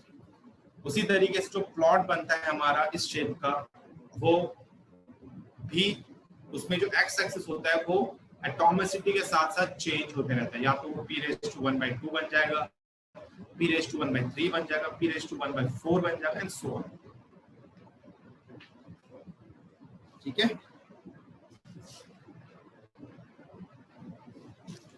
हो गया। ओके, सो बच्चा ये हमारा क्या था, लैंगर एडसॉर्प्शन पूरा थियरी हमने यहाँ पे डिस्कस की है पूरी की पूरी। मैंने अभी क्वेश्चंस को नहीं डिस्कस किया है। अभी मैं क्या कर रहा हूँ, मैं बीईटी पे जा रहा हूँ।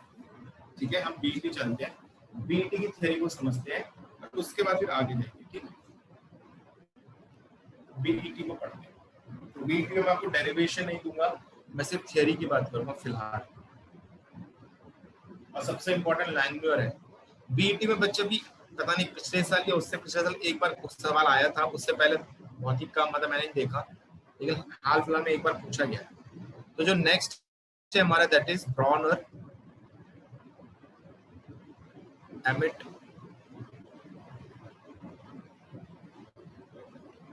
टेलर थियरी या एडसॉर्प्शन आइसोटोमिक।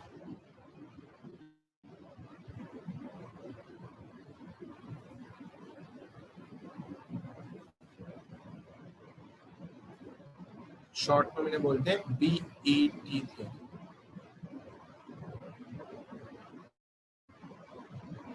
ठीक है, या फिर बीईटी एडसॉर्प्शन थियरी, एक ही बात। ठीक है, ओके। तो since it's an adsorption isotope तो ऑब्वियसली बच्चा टेम्परेचर कांस्टेंट रहेगा।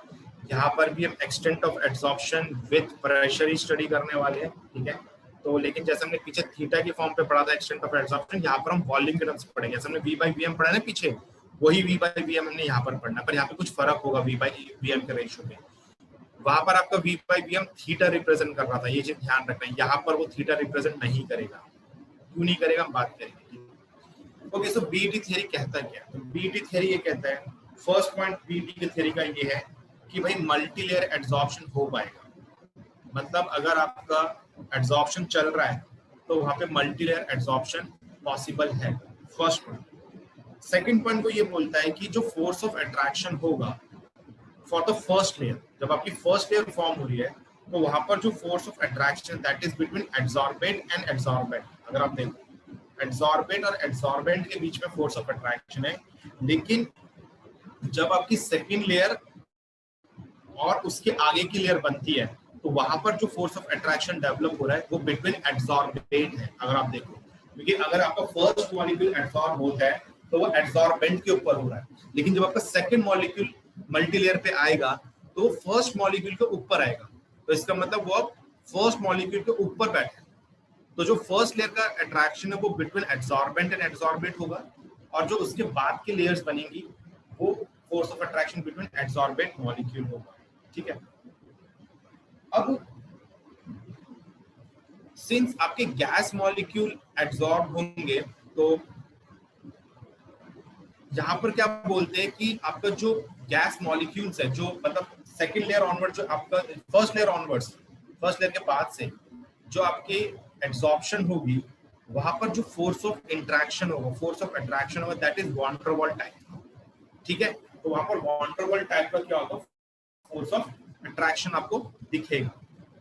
तो इस कारण से हम क्या बोल सकते हैं कि सेकंड लेयर ऑनवर्ड्स जो आपकी फोर्स ऑफ अट्रैक्शन का मैग्नीट्यूड है वो ऑलमोस्ट सेम है, क्योंकि सब में क्या लग रहा है, वॉन डेर वाल्स फोर्स लगने वाली है, और डिस्टेंस आपका हर एक मतलब सेकंड से थर्ड, थर्ड से फोर्थ में वो ऑलमोस्ट सेम है। इसलिए वो क्या बोलते हैं कि जो सेकंड लेयर ऑनवर्ड्स है वहां पर जो फोर्स ऑफ अट्रैक्शन है उनका जो मैग्नीट्यूड है वो सेम है, और इस कारण से सेकंड लेयर का जो इक्विलिब्रियम कांस्टेंट होगा, ठीक है, थर्ड लेयर का जो इक्विलिब्रियम कांस्टेंट होगा, फोर्थ लेयर का जो इक्विलिब्रियम कांस्टेंट होगा, इन सब की वैल्यू सेम है। ठीक है, पर इनकी वैल्यू फर्स्ट लेयर के इक्विलिब्रियम कांस्टेंट के बराबर नहीं होगी, क्योंकि वहां पे फोर्स ऑफ अट्रैक्शन का मैग्नीट्यूड अलग है। ठीक है, तो ये हुआ। और उसके बाद अगेन इनका वही पॉइंट था कि जब आपके मॉलिक्यूल्स एब्जॉर्ब हो रहे हैं एडजेसेंट साइड में, तो उनके बीच में कोई इंटरेक्शन नहीं होगा, जो लैंगवर ने भी बोला। ठीक है, लैंगवर ने भी बोला था कि एडजेसेंट साइड में अगर कोई मॉलिक्यूल एब्जॉर्ब हो रखे तो आपस में उनका कोई इंटरेक्शन होगा। सेम चीज उन्होंने यहाँ पर भी बोली। और फिर वही एक और चीज उन्होंने यहाँ पर बोली जो मैं अभी डिस्कस भी कर चुका हूँ, वो यही है कि हर लेयर पे आपका इक्विलिब्रियम स्टैब्लिश हो रखा होगा बिटवीन एब्जॉर्प्शन एंड डिसॉर्प्शन। ठीक है, तो ये कुछ पॉइंट्स थे आपके बी की एब्जॉर्प्शन थ्योरी के जो मैंने आपको बोले हैं।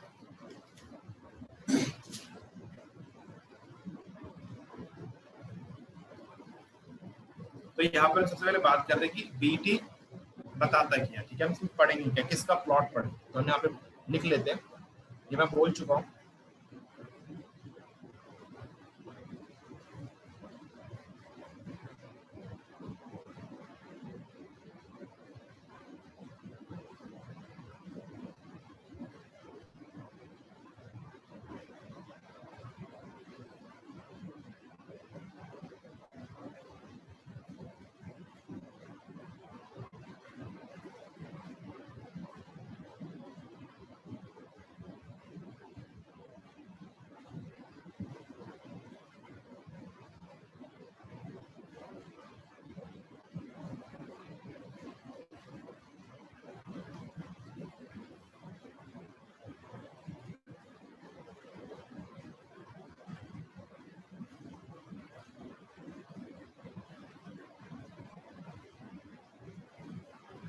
ये यहाँ पर हम इस रिलेशन की बात करेंगे, मैं आपको डायरेक्ट दूंगा relation.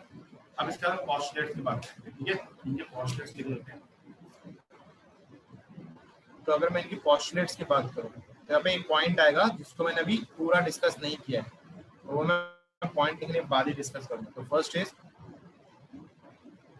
Multi layer absorption, short में लिखा हूँ मैं, ये अंडरस्टूड होना चाहिए कि मतलब क्या इसका, यहाँ पे मल्टी लेयर एब्जॉर्प्शन होगा।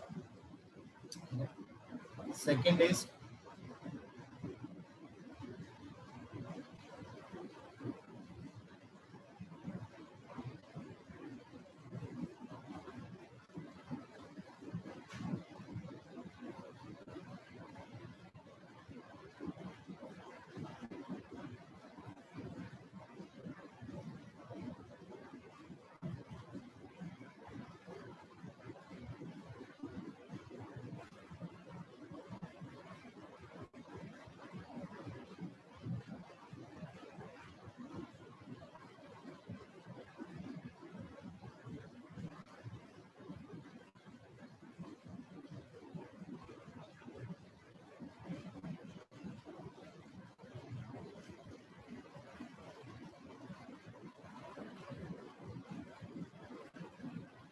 मुझे ये हैंड रेस मत करो।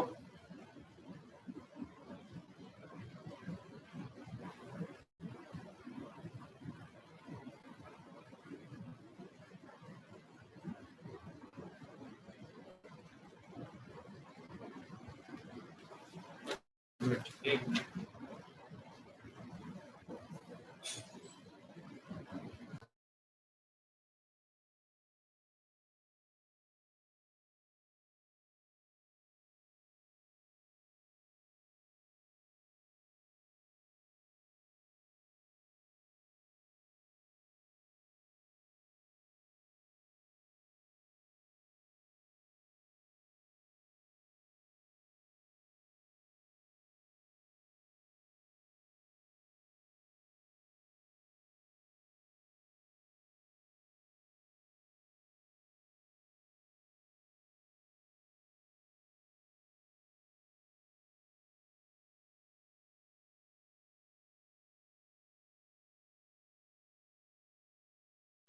बच्चा हैंड रेस करने से क्या हो जाएगा, मुझे थोड़ा पता लगेगा कि आपको क्या नहीं समझ में आया। जो चीज समझ में आया उसे मैसेज में लिखो मुझे, तो मुझे आइडिया लगेगा क्या नहीं समझ में आया, कौन सा टॉपिक नहीं समझ में आया।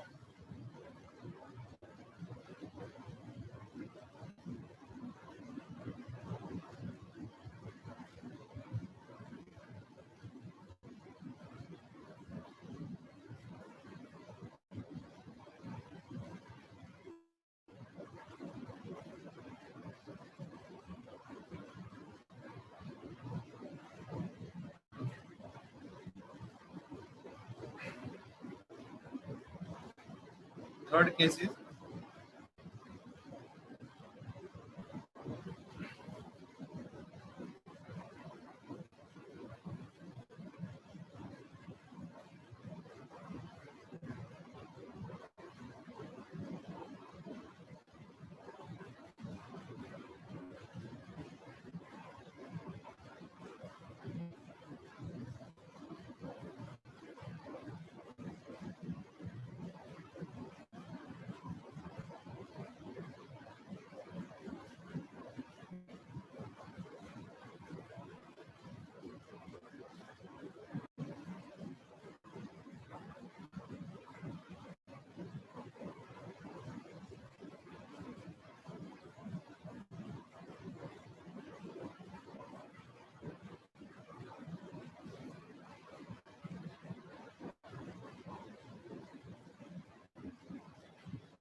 एक मिनट।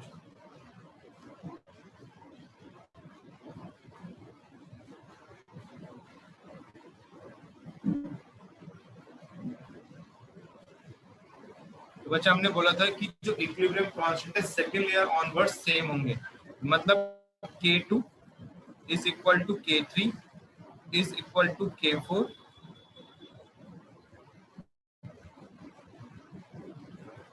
एक बच्चे पहले इसे समझ लो,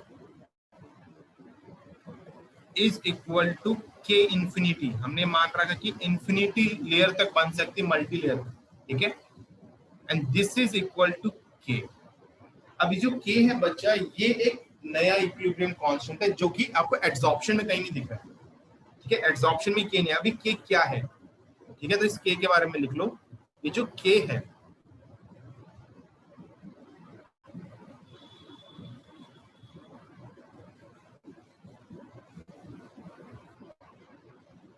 ये जो K है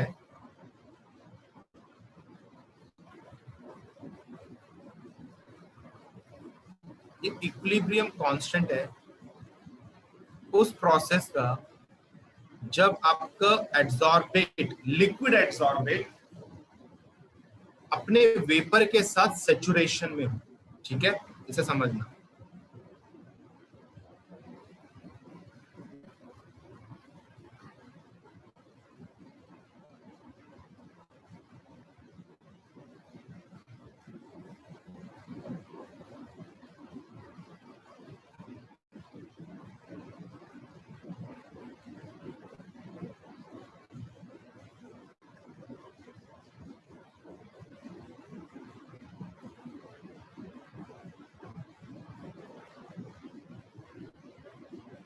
जिसका मतलब क्या है, देखो समझो हमारे पास ये एक बीकर है क्लोज्ड,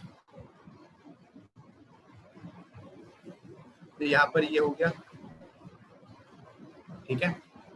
अब हमारा ये लिक्विड है ये गैस है, तो जब ये दोनों इक्विलिब्रियम पे होंगे, एक एल और एच को सही से लिख लेते हैं,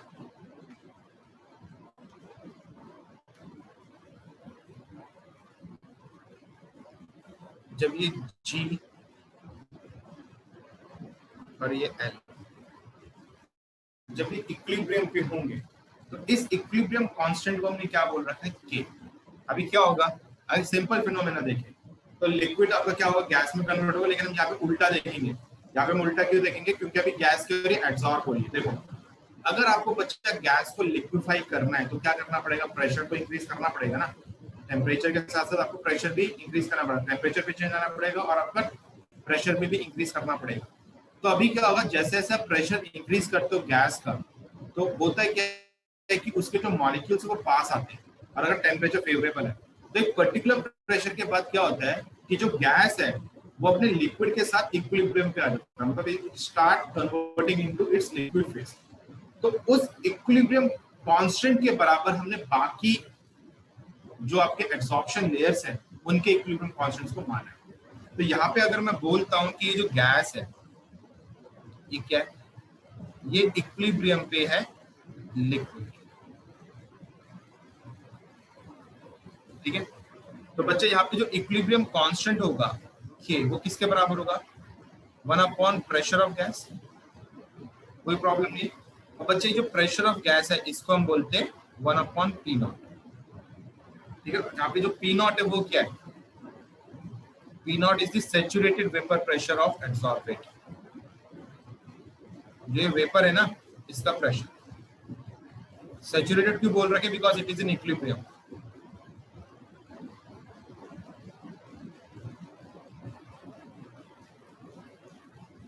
इतना ध्यान रखना, जो K है ये कुछ नहीं बल्कि 1/P0 के बराबर, और ये 1/P0 का अपना इंपॉर्टेंस है। तो इतना ध्यान रखना बच्चा, जब आपका प्रेशर, गैस का प्रेशर P0 पे पहुंचेगा तो वो क्या हो जाएगा, वो आपका लिक्विड के साथ इक्विलिब्रियम पे आ जाएगा। देखो अभी क्या आपका गैस आप एब्जॉर्ब करा रहे हो, ठीक है। तो आपने क्या स्टडी करना है कि जैसे जैसे हम प्रेशर बढ़ाएंगे तो एब्जॉर्प्शन में क्या इफेक्ट आएगा। तो हमने देख रखा मल्टीलेयर पॉसिबल है, जैसे जैसे हम प्रेशर बढ़ाएंगे तो गैस एब्जॉर्ब होते रहेगी, मल्टीलेयर बनेगा।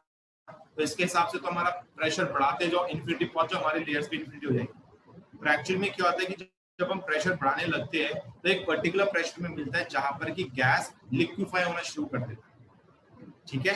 गैस आपका लिक्विड के साथ इक्विलिब्रियम स्टैब्लिश करता है। तो उस पॉइंट के प्रेशर को या प्रेशर ऑफ गैस को हमने P0 से रिप्रेजेंट किया, और हमने ये बोला है कि जो ये प्रोसेस होगा gas in equilibrium with liquid, obviously बच्चा adsorbed gas is in equilibrium with adsorbed liquid, तो उसका जो इक्विलिब्रियम कांस्टेंट होगा वो बराबर होगा बाकी लेयर्स, सेकंड लेयर ऑनवर्ड्स के जो इक्विलिब्रियम कांस्टेंट है उनके। ये DET ने बोला, ठीक है। अब आप देखो बच्चा, अगर मैं आपसे बोलता हूं कि अगर मैं प्रेशर कंटिन्यूअसली इंक्रीज करता हूं, तो प्रेशर कंटिन्यूअसली इंक्रीज कर, यहाँ पे तो कोई मोनोलेयर का कॉन्सेप्ट नहीं है, यहाँ पे मल्टीलेयर भी बन सकता है। तो प्रेशर इंक्रीज करने से क्या होगा, मल्टीलेयर बनेगा, ठीक है।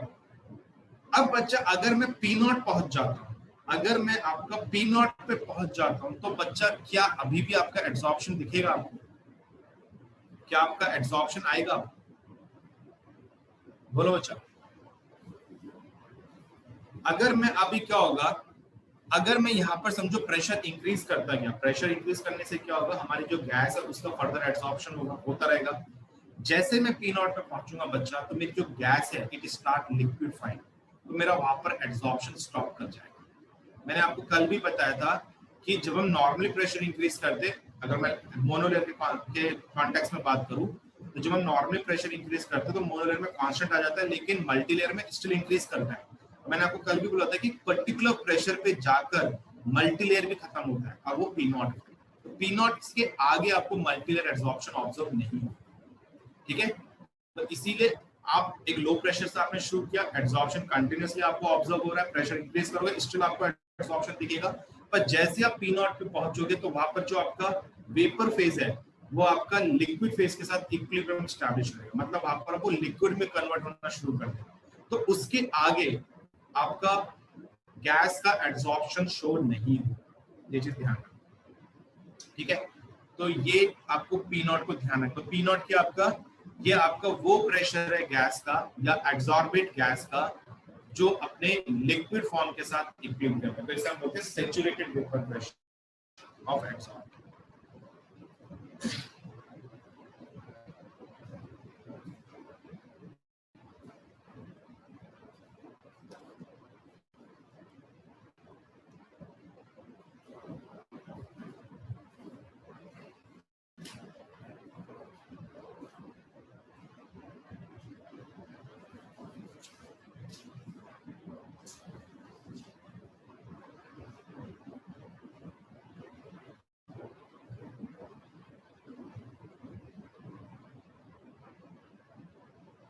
क्या बच्चा?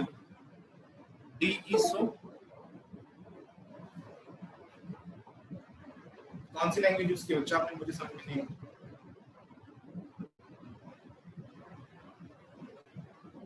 ओके, फोर्थ पॉइंट बच्चा कॉमन पॉइंट है,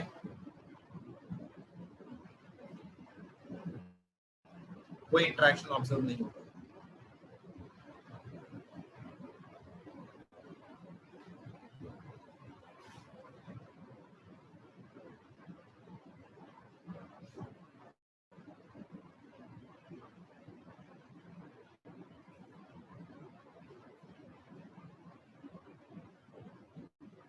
ठीक है, अब फिफ्थ पॉइंट क्या बच्चा?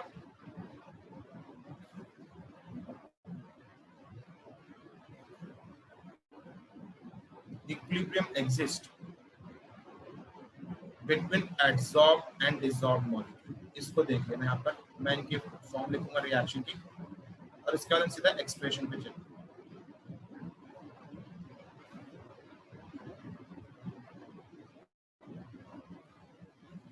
तो यहाँ पर देखो हमने क्या बोला, फर्स्ट लेयर में क्या होगा? G S G S, this is first layer. अब सेकंड लेयर बनना है तो किसके ऊपर एड्सॉर्प्शन होगा? जीएस के ऊपर। जो फर्स्ट लेयर है उसके ऊपर एड्सॉर्प्शन होगा, मतलब GS, G plus GS, it becomes G2S, this is second layer. और अगर थर्ड लेयर बनना है तो सेकंड लेयर के ऊपर एड्सॉर्प्शन होगा, मतलब G प्लस G2S, ये बन गया G3S। So it is third layer. तो अगर मुझे एक जनरल एक्सप्रेशन लिखना है आयत लेयर के लिए, तो यहीं पे मुझे पता लग रहा बच्चा, अगर आयत लेयर के लिए लिखना है तो क्या होगा? G प्लस I से कम लेयर पे I-1 S, इट गिव्स आयत लेयर GIS। आप देख लो थर्ड लेयर पे यहाँ पे 3 आ रहा है, यहाँ पर 2 आ रहा है, सेकंड लेयर पे 2 आ रहा है, यहाँ पे क्या आ रहा है? 1 आ रहा है। और यहाँ पर देखो फर्स्ट लेयर पे यहाँ पे 1 है और यहाँ पे G है ही नहीं है इसके साथ। ठीक है, तो ये हो गया आयत लेयर। तो किसी भी आयत लेयर के बारे में लिखना, फिफ्थ लेयर हो, सिक्स्थ लेयर हो, एट्थ लेयर हो, तो आप क्या लिख सकते हो? इस तरीके से। ठीक है, तो आपको ये जरूर ध्यान रखना किस तरह से इक्विलिब्रियम चलने वाला। ठीक है, अच्छा अब मैंने आपसे ये बोला था, अच्छा सभी को ये जो हमने पॉइंट्स डिस्कस किए बीईटी के, ये क्लियर है? सभी को ये पॉइंट्स क्लियर है बीईटी के? मतलब मुझे रिस्पांस चाहिए, सिर्फ 4-5 बच्चों का नहीं।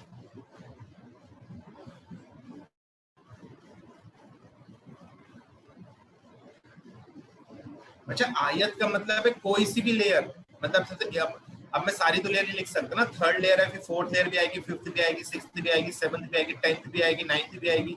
अब इतने सारे मैं थोड़ा लिख सकता हूँ। मैंने इसलिए आपको जनरल फॉर्म दे दिया कि किसी भी लेयर के बारे में लिखना हो तो आप इस तरह से लिख सकते हैं। ठीक है, तो ये चीज।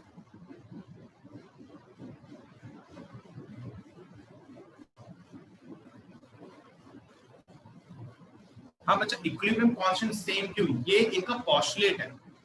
अब मैं एक चीज बता देता हूँ कि ये पोस्टुलेट जो मैंने बोला है कि हमारा जो सेकंड लेयर ऑनवर्ड जो इक्विलिब्रियम कांस्टेंट होंगे वो सेम होंगे।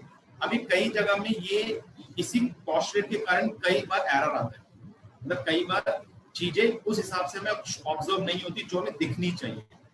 ठीक है, तो ये इनके इस पोस्टुलेट में थोड़ी कमी थी कि उन्होंने इक्विलिब्रियम कांस्टेंट सेम क्यों लिया। ठीक है, तो जैसे कि अब मैं यहाँ पे बोल सकता हूँ लैंगमर आइसोथर्म था, लैंगमर आइसोथर्म ने सरफेस को स्मूथ माना, तो उसने उस चीजों को देखा ही नहीं जो बीटी ने देखा है। ठीक है, लैंगमर ने मोनोलेयर पे फोकस किया, उसने मल्टीलेयर पे बात ही नहीं की। ये लिमिटेशन है ना, ऐसा थोड़ा नहीं कि आपकी मोनोलेयर ही बनेगी, मल्टीलेयर बन ही नहीं सकती, तो उसकी लिमिटेशन हो जाती है कि मतलब इन्होंने यहाँ पे क्या बोलते हैं, कुछ ना कुछ कमी थी। इसी तरीके से बीईटी की जो एक कमी है वो ये भी है कि जो इन्होंने बोला कि सेकंड लेयर ऑनवर्ड्स जो सारे इक्विलिब्रियम कांस्टेंट है वो सेम होंगे, वो हर वक्त हमें ऐसा ऑब्जर्व नहीं होता है। तो ये इनका लिमिटेशन है, पर इन्होंने माना था और इसी के बिहाफ पे इन्होंने अपना जो थियरी था वो प्रोवाइड किया, तो इसलिए हमने वो पढ़ा।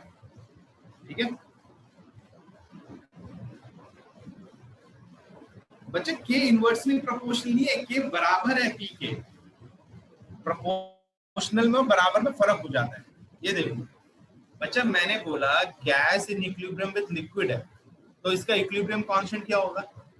लिक्विड तो प्योर है, एब्सॉर्बेट है ना, इट्स अ प्योर लिक्विड। और प्योर लिक्विड की एक्टिविटी 1 होती है, तो वो तो हो जाएगा 1 अपॉन पे प्रेशर ऑफ गैस।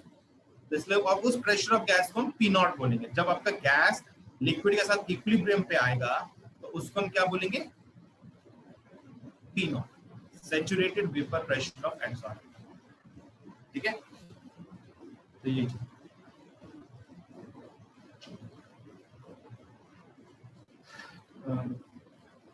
अच्छा, अब यहाँ पर एक चीज और देख लेना, मैं इसमें छोटा सा डायग्राम दिखा रहा हूँ, मतलब इसी का मल्टी लेयर का ऐसे करके बाद में अच्छा बन गया, स्टार्टिंग में चलो ठीक है। तो ऐसा नहीं कि बच्चा सब में कुछ ना कुछ कवर होना चाहिए। समझो यहाँ पे 3-4 मॉलिक्यूल मैंने बना दिया, यहाँ पे कुछ भी कवर नहीं हो रहा है, यहाँ पर आपके 2 मॉलिक्यूल कवर हो रखे हैं, यहाँ पर 1 मॉलिक्यूल कवर हो रखा है, यहाँ पर 4 मॉलिक्यूल कवर हो रखे हैं। मतलब ऐसे आपको कुछ भी दिख सकता है। यहाँ पर आपके 2 हो गए, यहाँ पर आपके 3 हो गए, तो आपको इस तरह से लेयर दिख सकती है। बीच में शायद कहीं कुछ दिखे ही ना, शायद आपको एक के ऊपर एक दिख जाए।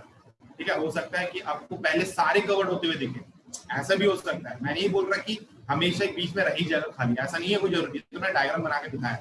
ठीक है, हो सकता है पहले सारे कवर्ड हो, पहले मतलब पहले सभी साइड्स में एक एक मॉलिक्यूल का एटलीस्ट बैठ जाएगा, उसके बाद मल्टीलेयर बनेगा। ये हो सकता है। ऐसा भी हो सकता है कि आपका पहले मल्टीलेयर ही बनना शुरू हो जाए और सारे साइड्स में एक एक मॉलिक्यूल बाद में डिपॉजिट होना शुरू, ऐसा भी चांस होता है। It depends on the condition कि हम किस कंडीशन पे स्टडी कर रहे हैं। तो हमेशा ध्यान रखना, ऐसा नहीं है कि हमेशा मल्टीलेयर ही बनेंगे, मतलब एक के ऊपर एक के ऊपर एक के ऊपर एक के ऊपर बैठे जा रहे हैं, बगल वाले साइड खाली हो रखे, ऐसा नहीं होगा।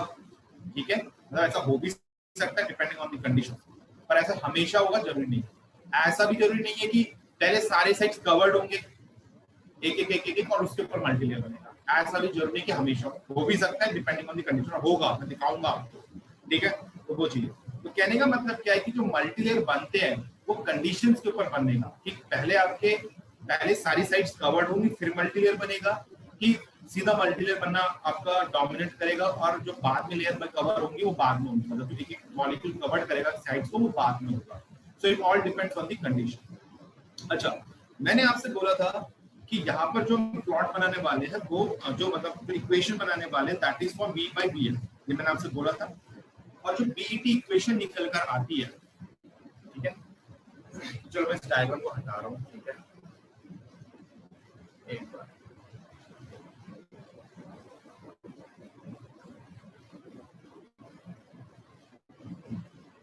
यहाँ पे मैं आपको बीईटी इक्वेशन दे रहा हूँ। तो जो बीईटी इक्वेशन है,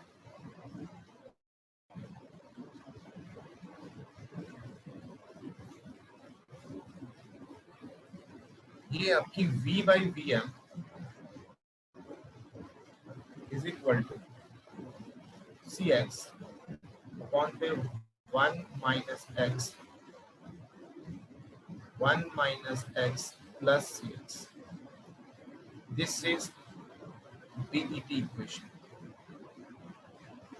अब यहाँ पर जो c है it is k1 by k. अब k1 क्या है? k1 is the equilibrium constant of first layer and k तो आपको पता ही है, वो जो सैचुरेशन वाला इक्विलिब्रियम था उसका इक्विलिब्रियम कांस्टेंट। और जो x है, x it is p by p. p क्या है? p is the pressure of gas, मतलब एक्सपेरिमेंटल प्रेशर, जिस प्रेशर का आप स्टडी कर रहे हैं एब्जॉर्प्शन। और p नॉट क्या है? Pressure of saturated vapour. ठीक है, तो आप इन वैल्यूज को यहाँ पे सब्स्टिट्यूट करोगे तो आपको एक एक्सप्रेशन निकल कर आएगा। तो चलो सब्स्टिट्यूट कर लेते हैं, उसके बाद हम एक और एक्सप्रेशन बनाते हैं। तो आपके लिए बेटर रहेगा अगर आप इस एक्सप्रेशन को सीधा सीधा याद रख लो। अगर आप ये एक्सप्रेशन छोटा है, ये एक्सप्रेशन छोटा है तो आप इसको याद रख सकते हो, साथ में सी और एक्स की वैल्यू ध्यान रखो, नहीं तो इनको सब्स्टिट्यूट करने के बाद ध्यान रखो। और वो क्या है कि आपका सी की वैल्यू डाल दो which is k1 by k, P की वैल्यू, अच्छा बता तो दिया सी क्या है, बगल में बताया तो सी क्या है, देखो बगल में लिखा हुआ है मैंने सी क्या है, C is the ratio of equilibrium constant of first layer and equilibrium constant of saturated vapor pressure, saturated vapor with its liquid. So this is K. P by P naught upon K 1 minus P by P naught. अब देख सकते हो मैं कुछ ऐसा नहीं लिख रहा हूँ कि मैं सिंप्लीफाई भी नहीं कर रहा हूँ, ये सिंप्लीफाई हो सकता है पर मैं वो भी नहीं कर रहा हूँ क्योंकि इसी इक्वेशन की हमें ज्यादातर जरूरत पड़ती है या इसी इक्वेशन की फॉर्म पे आप जनरली पढ़ते हो चीजों। ये हमारा so this is BET equation, this is BET equation. आप ये भी बीईटी इक्वेशन है, बेसिकली यही बीईटी इक्वेशन है।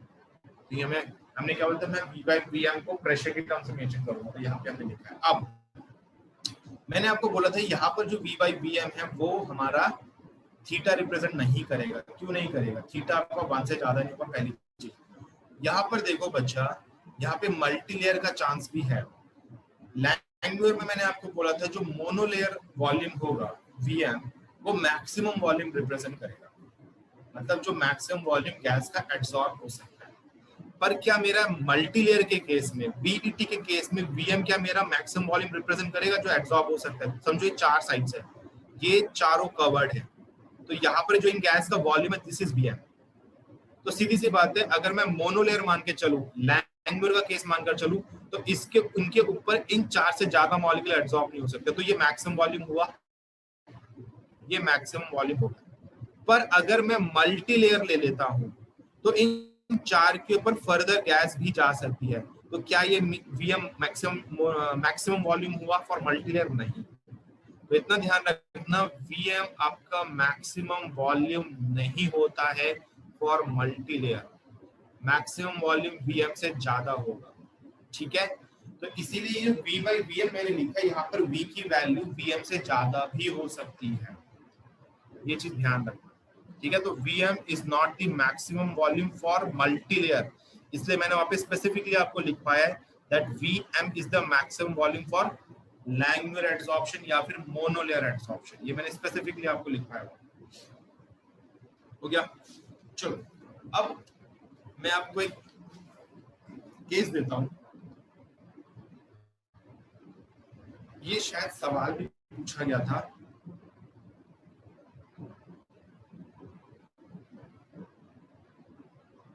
अगर बच्चा मैं बोलता हूं कि अगर K1 का वैल्यू K से बहुत ज्यादा है, अब डबल लगा सकते थे, ठीक है, और P0 का वैल्यू भी P से बहुत ज्यादा है, ठीक है,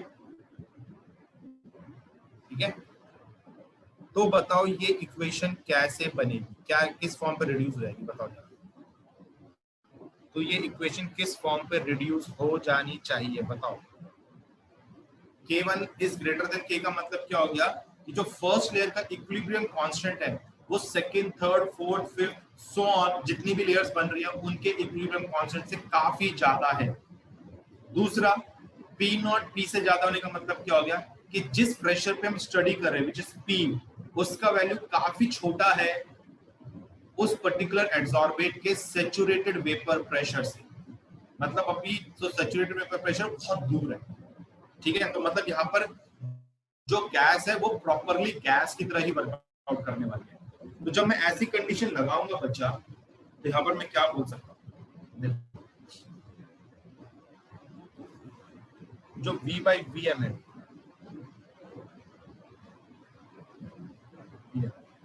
ये क्या बनेगा? इसको न्यूमरेटर में तो अभी मैं कुछ इग्नोर नहीं कर रहा हूँ, बाद में करेंगे, अब मतलब कुछ बाद में करेंगे वर्कआउट, यहाँ पे तो इग्नोर हो ही नहीं सकता ना मल्टीप्लिकेशन पे, डिनोमिनेटर को करते हैं। अच्छा, P by P0 अगर आप देखो, अगर मैं यहाँ पर बोलता हूँ 1 minus P by P0,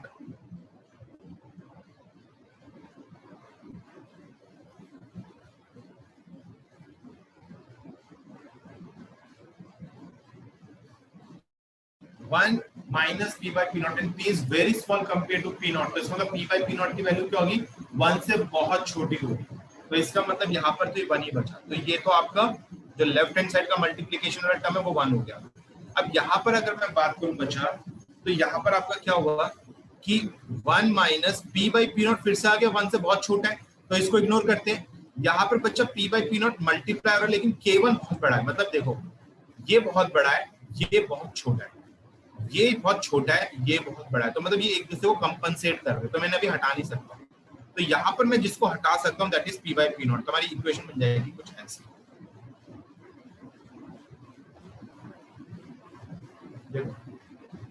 बनी?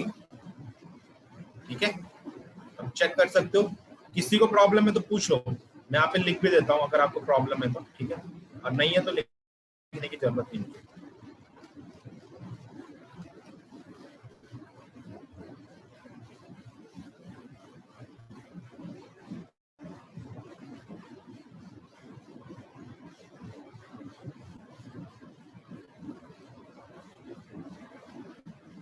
हो गया?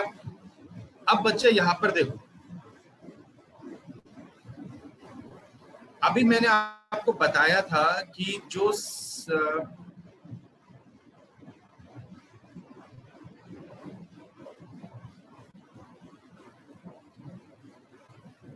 ये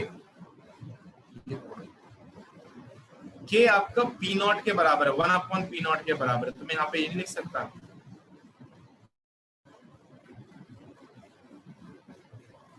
since k is equal to 1 upon p naught, it implies k p naught is equal to 1।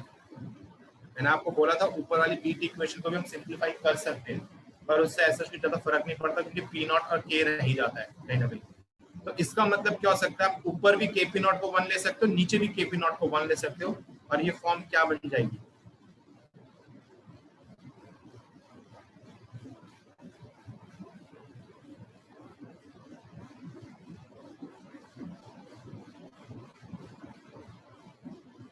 अच्छा ये फॉर्म मिलता जुलता दिख रहा है, ये फॉर्म मिलता जुलता दिख रहा है, क्योंकि पढ़ा है ये फॉर्म पढ़ा है कहीं भी, बोलो। ये बच्चा लैंगमर का फॉर्म नहीं दिख रहा, केपी अपॉन पे 1 प्लस केपी, क्या ये लैंगमर का फॉर्म नहीं है, केपी अपॉन पे 1 प्लस केपी। अब यहाँ पे k1 आ गया है, वो आना भी है, क्यों? क्योंकि हमने लैंगमर में मान ही रखा है मोनो लेयर है, तो वहां पे k यूज किया हमने, पर यहाँ पे तो मल्टी लेयर है ना, तो फर्स्ट लेयर के इक्विलिब्रियम कांस्टेंट को हमने k1 ले लिया, जो कि उधर k था, सिर्फ अल्फाबेट के रिप्रेजेंटेशन में फर्क आया है। तो ये जो हमारा फॉर्म बन चुका है, दिस इज लैंगमर इक्वेशन। तो कहने का मतलब क्या है कि जो आपका बीईटी इक्वेशन होता है वो लैंगमर इक्वेशन में चेंज हो जाता है अंडर दिस कंडीशन। तो एक कंडीशन ध्यान रखो, ठीक है, इसके लिए क्या है, k1 should be very high compare to k, मतलब आपका फर्स्ट लेयर का बनने का जो प्रोबेबिलिटी है that is very high compare to second, third and fourth layers. उसी तरह से जो हमारा एक्सपेरिमेंटल प्रेशर है वो पी नॉट से भी बहुत दूर है, ठीक है। तो ऐसे सिनेरियो पे हमेशा हमें क्या मिलने वाला है, क्या मिलने वाला है, mono layer, I mean two से क्या मिलेगा हमें, मोनो लेयर। तो अगर हम इन कंडीशन पे स्टडी कर रहे हैं तो हमारा मल्टी लेयर फेवरेबल नहीं होगा, मोनो लेयर फेवरेबल होगा। तो हमेशा ध्यान रखना बीईटी इक्वेशन जो कि मल्टी लेयर को सपोर्ट करती है वो भी आपकी under certain condition mono layer पे चेंज हो सकती है, और ये बीईटी की इक्वेशन के थ्रू पता लगता है। क्लियर है? इसमें किसी को कोई प्रॉब्लम है बोलो। तो ये सवाल पूछा जाता है कि किस कंडीशन पे हम बीईटी को लैंगमर में चेंज कर सकते हैं, ठीक है। ओके, सो दिस इज लैंगमर, तो ये कंडीशन ध्यान रखना, ठीक है। ओके, अब अच्छा यहाँ पे मैं कुछ प्लॉट्स के बारे में बात कर रहा हूँ, ठीक है। अच्छा मतलब से क्या मतलब है ये तो पूछो, बताओ। P not greater than P से क्या मतलब है बच्चा, P not greater than P से ये मतलब है कि जो हमारा एक्सपेरिमेंटल प्रेशर है, व्हिच इज पी हमारा एक्सपेरिमेंटल प्रेशर है, मतलब जिस प्रेशर के साथ हमने गैस ले रखी है वो अभी अपने सैचुरेटेड वेपर प्रेशर से बहुत दूर है। तो यहाँ पर जो गैस की टेंडेंसी है, जब गैस अपने लिक्विड को अप्रोच करता है ना, जैसे जैसे वो लिक्विड फॉर्म पे अप्रोच करेगा तो गैस की प्रॉपर्टीज में चेंज आता है, ठीक है। मतलब आप बोल सकते हैं कि वो आइडियली उतना बिहेव नहीं करती, ठीक है। तो अगर वो अपने पी नॉट से काफी दूर है तो यहाँ पर हम बोल सकते हैं कि जो गैस है वो प्रॉपरली गैस की तरह ही वर्कआउट करे, मतलब उसमें जो फोर्स ऑफ इंट्रैक्शन है वो वैसा ही है जैसे नॉर्मल गैस में मिलेगा, ठीक है। लेकिन जब गैस आपके लिक्विड के साथ इक्विलिब्रियम पे आ जाती है तो वहां पर वो आइडियल नहीं होती है, मतलब उसमें वो अपनी आइडियल नेचर से बहुत दूर होती है, ठीक है। इसी कारण से आपका जो van der Waal gas equation है ना, उसकी भी लिमिटेशन होती है, हमेशा ध्यान रखना। हाँ बच्चे, ये अभी तो बताया ना, ये मैंने आपको ये नहीं बताया, ये since k is equal to 1/p0 पीछे लिखा हुआ है, तो इसका मतलब kp0 इज 1, तो हमने यहाँ से kp0 को 1 लिख दिया, ठीक है। ओके, तो अब हम कर्व्स की बात करते हैं।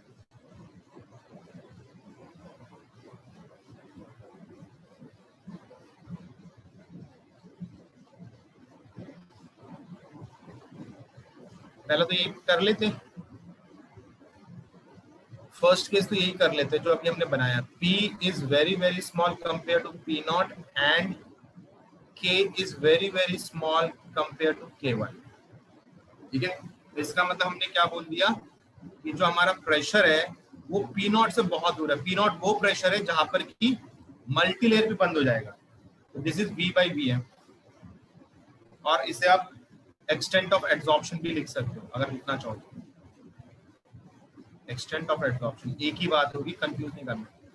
और दिस इज p, और समझ लो बच्चे यहाँ पर p0,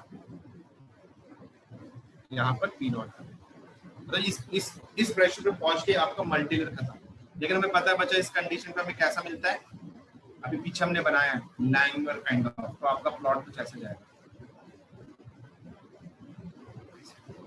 ठीक है। सो ये आपका लैंगमर आइसोथर्म है बेसिकली, यहाँ पर इस कंडीशन में हमें कैसा मिल जाता है, ये लैंगमर,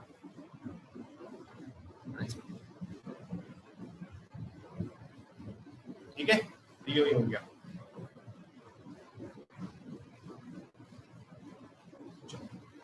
नेक्स्ट प्लॉट देखते हैं। इस प्लॉट में मैं क्या बोल रहा हूं आपसे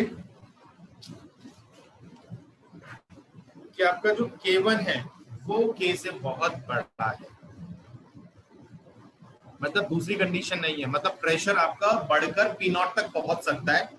लेकिन पहले वाले केस में हमने कहा होता है कि जो प्रेशर रहेगा वो P0 से बहुत छोटा रहेगा, पर इस केस में प्रेशर के ऊपर हमने कोई कंडीशन नहीं लगाई है, बल्कि हमने क्या बोल दिया है कि सिर्फ ये कंडीशन वर्कआउट कर रही है और कुछ नहीं। तो अभी प्लॉट कैसा आना चाहिए आप सोचो पहले।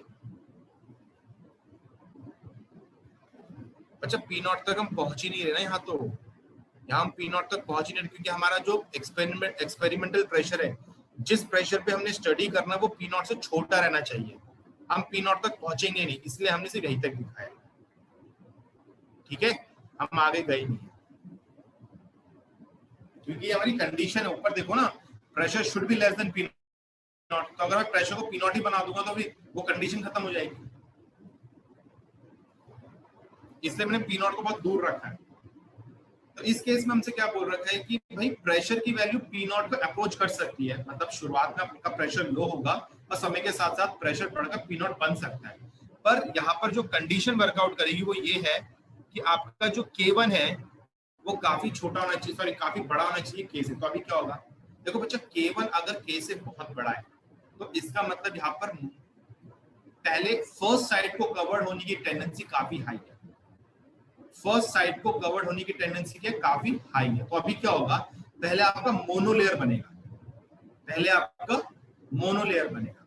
अब भाई प्रेशर आपका स्मॉल है स्टार्टिंग में, ठीक है, तो ऑब्वियसली आपका जब प्रेशर काफी स्मॉल होगा तो वहां पर गैस के बीच का जो इंट्रैक्शन होगा वो स्ट्रांग होगा, कि जब प्रेशर हाई होगा वहां पर गैस के बीच का इंट्रैक्शन स्ट्रांग होगा। बताओ जरा बच्चा, गैस के बीच का जो इंट्रैक्शन होगा वो लो प्रेशर में हाई होगा कि हाई प्रेशर पे, लो प्रेशर पे स्ट्रांग होगा कि हाई प्रेशर पे स्ट्रांग होगा? फोर्स ऑफ अट्रैक्शन की बात हो रही है, फोर्स ऑफ अट्रैक्शन की, थर्मो में ही पढ़ा है हमने। हाँ, अब देखो यहाँ पर बच्चा मैं किस कॉन्टेक्स्ट में बात कर रहा हूँ, समझो इसे। हमारा जो एड्सॉर्प्शन है that is attractive in nature, तो मैंने रिपल्सिव फोर्स तो लेना ही नहीं है।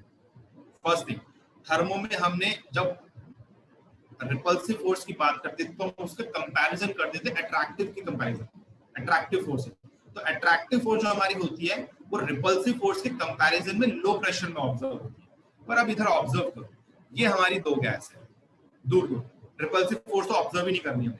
अब इनके बीच में अगर मैं प्रेशर बढ़ाऊंगा तो पास आएंगे, फोर्स ऑफ अट्रैक्शन बढ़ेगा, फिर पास लेकर आऊंगा, फिर फोर्स ऑफ अट्रैक्शन बढ़ेगा। समझो इस पॉइंट में आके मैक्सिमम फोर्स है, तो इसका मतलब यहाँ पर मैक्सिमम प्रेशर लग रहा है, हमने इसके आगे जाना ही नहीं है क्योंकि फिर तो रिपल्सन आ जाना, रिपल्शन हमने देखना नहीं है। तो कहने का मतलब क्या है कि जैसे जैसे हम प्रेशर बढ़ाएंगे टिल फोर्स ऑफ रिपल्शन, तो फोर्स ऑफ रिपल्शन दिखना नहीं चाहिए, इससे क्या बोल सकते हो, till maximum force of attraction, ठीक है। तब तक क्या होगा, हमारा फोर्स ऑफ अट्रैक्शन बढ़ता रहेगा। अब आप खुद बोलो, जब आपका लो प्रेशर होगा,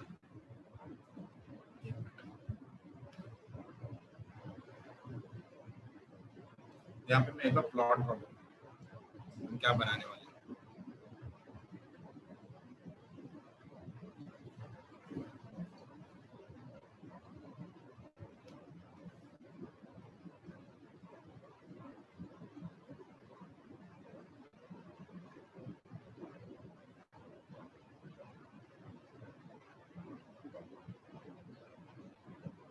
अब देखो यहाँ पर मैंने बोल दिया पी नॉट है, यहाँ पर क्या पी नॉट, ठीक है। अब देखो बच्चा, आपका शुरुआत में प्रेशर लो है, मतलब गैस का जो डिस्टेंस होगा दैट इज वेरी हाई, मतलब वो काफी ज्यादा होगा, या फिर आप बोल सकते हो जो फोर्स ऑफ अट्रैक्शन है वो काफी वीक रहेगी, ठीक है। और मोर ओवर हमारा K1 का वैल्यू भी काफी हाई है K के, तो ये दोनों फैक्टर किसको फेवर करते हैं, मोनोलेयर, क्योंकि हमें पता है जो फर्स्ट लेयर का फोर्स ऑफ अट्रैक्शन है that is between adsorbate and adsorbent, और second layer onwards to force of attraction that is between adsorbate and adsorbent. अब सिंस आपका प्रेशर काफी लो है स्टार्टिंग में, इस कारण से क्या होगा कि जो एडसॉर्बेट के बीच में फोर्स ऑफ अट्रैक्शन है वो काफी वीक होगा। मोर ओवर आपका फर्स्ट लेयर का इक्विलिब्रियम कांस्टेंट काफी हाई है, इस कारण से ये दोनों फैक्टर हमारे किस टाइप की लेयर को फेवर करेंगे, स्टार्टिंग में मोनो लेयर। तो स्टार्टिंग में क्या होगा कि आपकी पहले साइड सारी कवर्ड हो, सारी साइड्स क्या हो जाएंगी, आपकी कवर्ड हो जाएंगी। तो पहले ही आपको सिंपली लैंगमर की तरह दिखाएगा, ऐसे करके फिर ऐसे करके हल्का सा कांस्टेंट जाएगा, और जब आपका प्रेशर बढ़ने लगेगा और आपकी सारी लेयर कवर्ड हो चुकी है, अब मोनो लेयर फर्दर तो जा नहीं सकता। अब क्या होगा, जैसे आपने प्रेशर बढ़ाना शुरू किया, अब गैसेस के बीच में फोर्स ऑफ अट्रैक्शन बढ़ेगा और यहां से आपको मल्टी लेयर एब्जॉर्प्शन दिखेगी। ये प्लॉट मैंने आपको बना के दिखाया, और ये जाता जाएगा, इस पॉइंट में आके ना खत्म हो जाना है ऐसे करके, यहाँ पे जाके ना जब ये पहुंच जाएगा तो खत्म हो जाएगा, ठीक है। ये प्लॉट ऐसा है, ये समझ में आया, ठीक है। तो मैं इसमें शॉर्ट में लिखा हूं, यहाँ पे क्या होगा,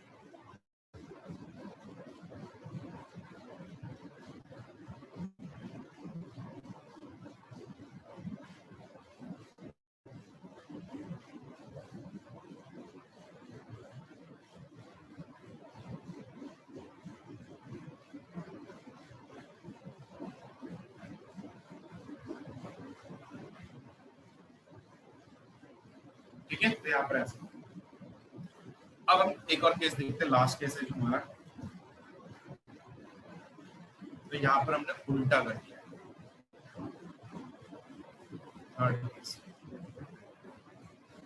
थर्ड केस में हमने बोल दिया कि अगर K1 की वैल्यू काफी छोटी है K से, तो क्या होगा,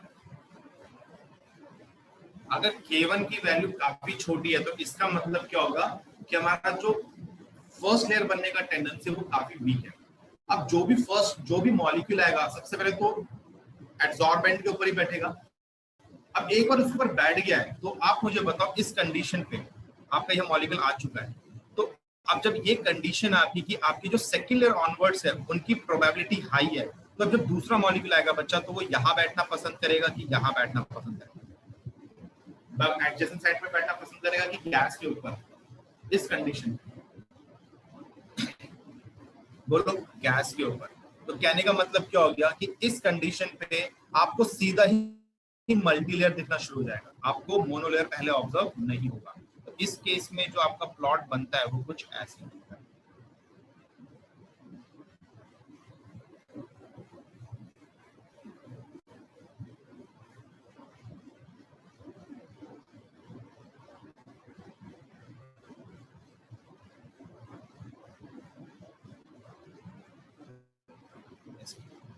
तो सीधा पड़ेगा, तो यहाँ पर क्या होगा,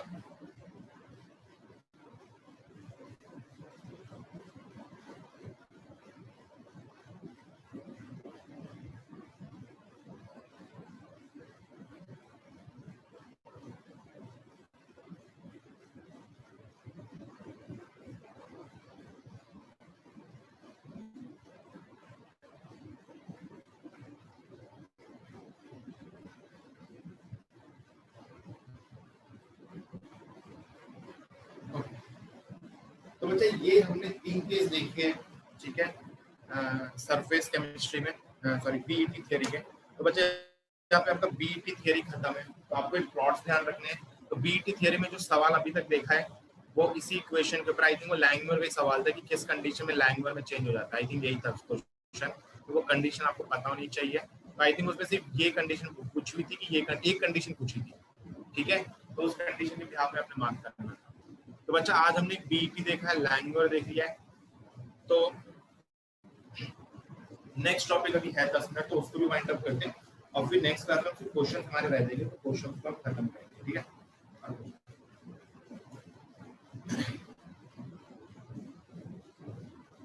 तो नेक्स्ट क्लास में मैं आपका सरफेस खत्म करूंगा।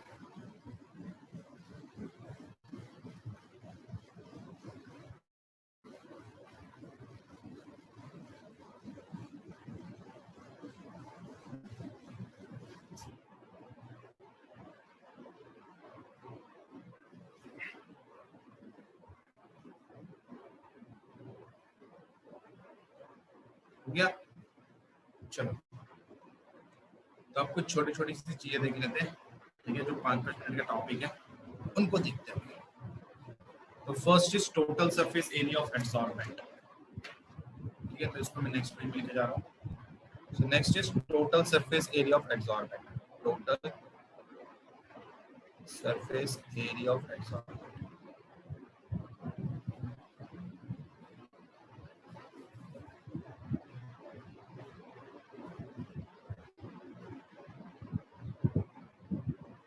ठीक है, और यहाँ पर जो हम सरफेस एरिया अगर हमें निकालना है एडसॉर्बेंट का, तो भाई हमारे लिए monolayer is more than enough, हमें मल्टीलेयर की जरूरत नहीं है।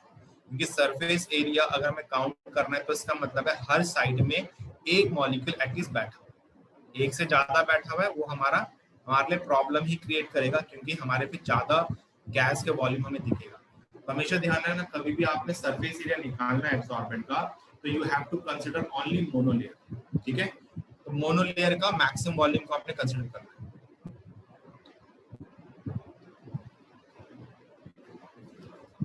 मतलब थर्ड ग्राफ में ये हो रहा है कि K1 आपका K से काफी छोटा है, मतलब जो हमारी सेकंड लेयर की प्रोबेबिलिटी है, थर्ड लेयर की प्रोबेबिलिटी है, वो हाई है कंपेयर टू फर्स्ट लेयर। तो जब आपका फर्स्ट मॉलिक्यूल आएगा भाई वो तो एडसॉर्बेंट के ऊपर ही बैठेगा और कोई ऑप्शन नहीं है। और जब सेकंड मॉलिक्यूल जब आएगा तो वो किसके ऊपर बैठना पसंद करेगा, वो सेकंड लेयर बनना पसंद करेगा ओवर फर्स्ट लेयर। तो इसलिए हमारा यहाँ पर क्या शुरुआत से मल्टी लेयर दिखेगा, ऐसा नहीं है कि सेकंड केस की तरह या फर्स्ट केस की तरह में पहले मोनो लेयर दिख रहा है और फिर मल्टी लेयर दिखेगा, ऐसा नहीं। यहाँ पे सीधा में क्या दिखेगा, मल्टी लेयर। इसलिए मैंने आपसे बोला था कि आपकी साइड्स खाली रहेंगी कुछ और सीधा मल्टी लेयर बनेगा, या पहले सारी साइड्स कवर्ड होंगे और फिर मल्टी लेयर बनेगा, ये डिपेंड करता है ऑन द कंडीशंस, और वो कंडीशंस हमने यहाँ देखी है। तो बच्चे यहाँ पर अब मैं टोटल सरफेस एरिया की बात करता टीएसए, तो हमेशा ध्यान रखना टीएसए के लिए आपने मोनोलेयर को ही कंसीडर करना है, ठीक है।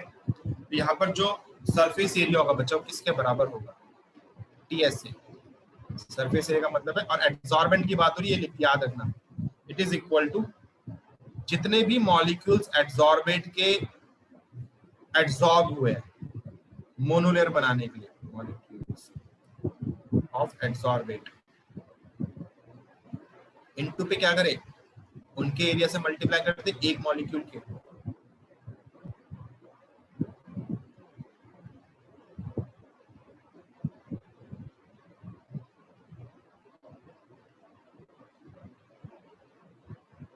बस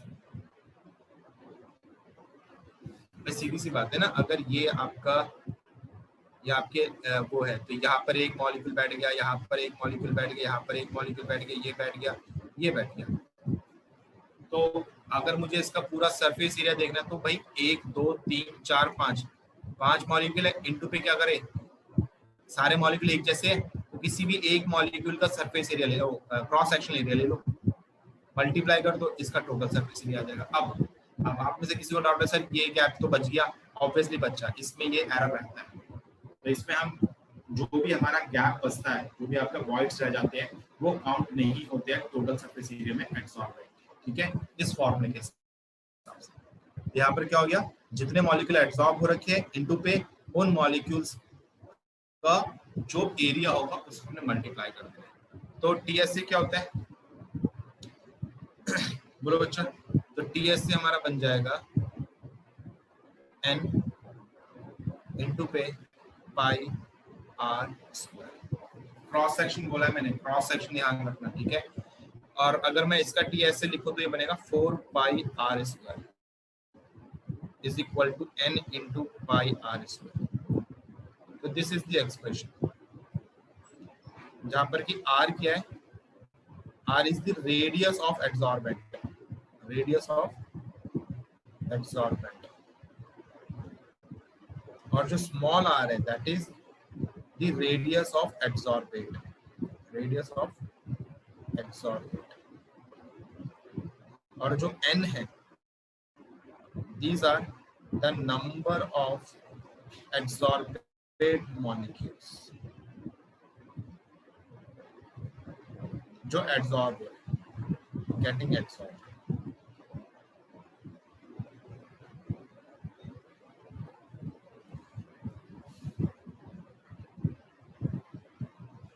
ठीक है, तो ये हमें, ये आपका एक्सप्रेशन है जो आपको पता रहना चाहिए। ठीक, टीएसए 4 पाई आर स्क्वायर क्यों है भाई, टीएसए का फॉर्मूला होता है 4 pi square. Total surface area क्या होता है स्फीयर का, टोटल सरफेस एरिया स्फीयर का क्या होता है, मैं गलत तो नहीं बोल रहा class, correct me if I am wrong, अगर मैं गलत बोला है तो मुझे करेक्ट कर देना। स्फीयर का आपके मॉलिक्यूल स्फीयर माने जाते हैं ना, हम कोई से भी मॉलिक्यूल को क्या मानते हैं, स्फीयर मानते हैं। तो एड्सॉर्बेंट भी एट द एंड कोई ना कोई मॉलिक्यूल ही है, कोई जायंट मॉलिक्यूल होगा। ठीक है, अब मैं आपको स्क्वायर दिखा रहा हूँ इसका मतलब ये नहीं कि स्क्वायर होता है। ठीक है,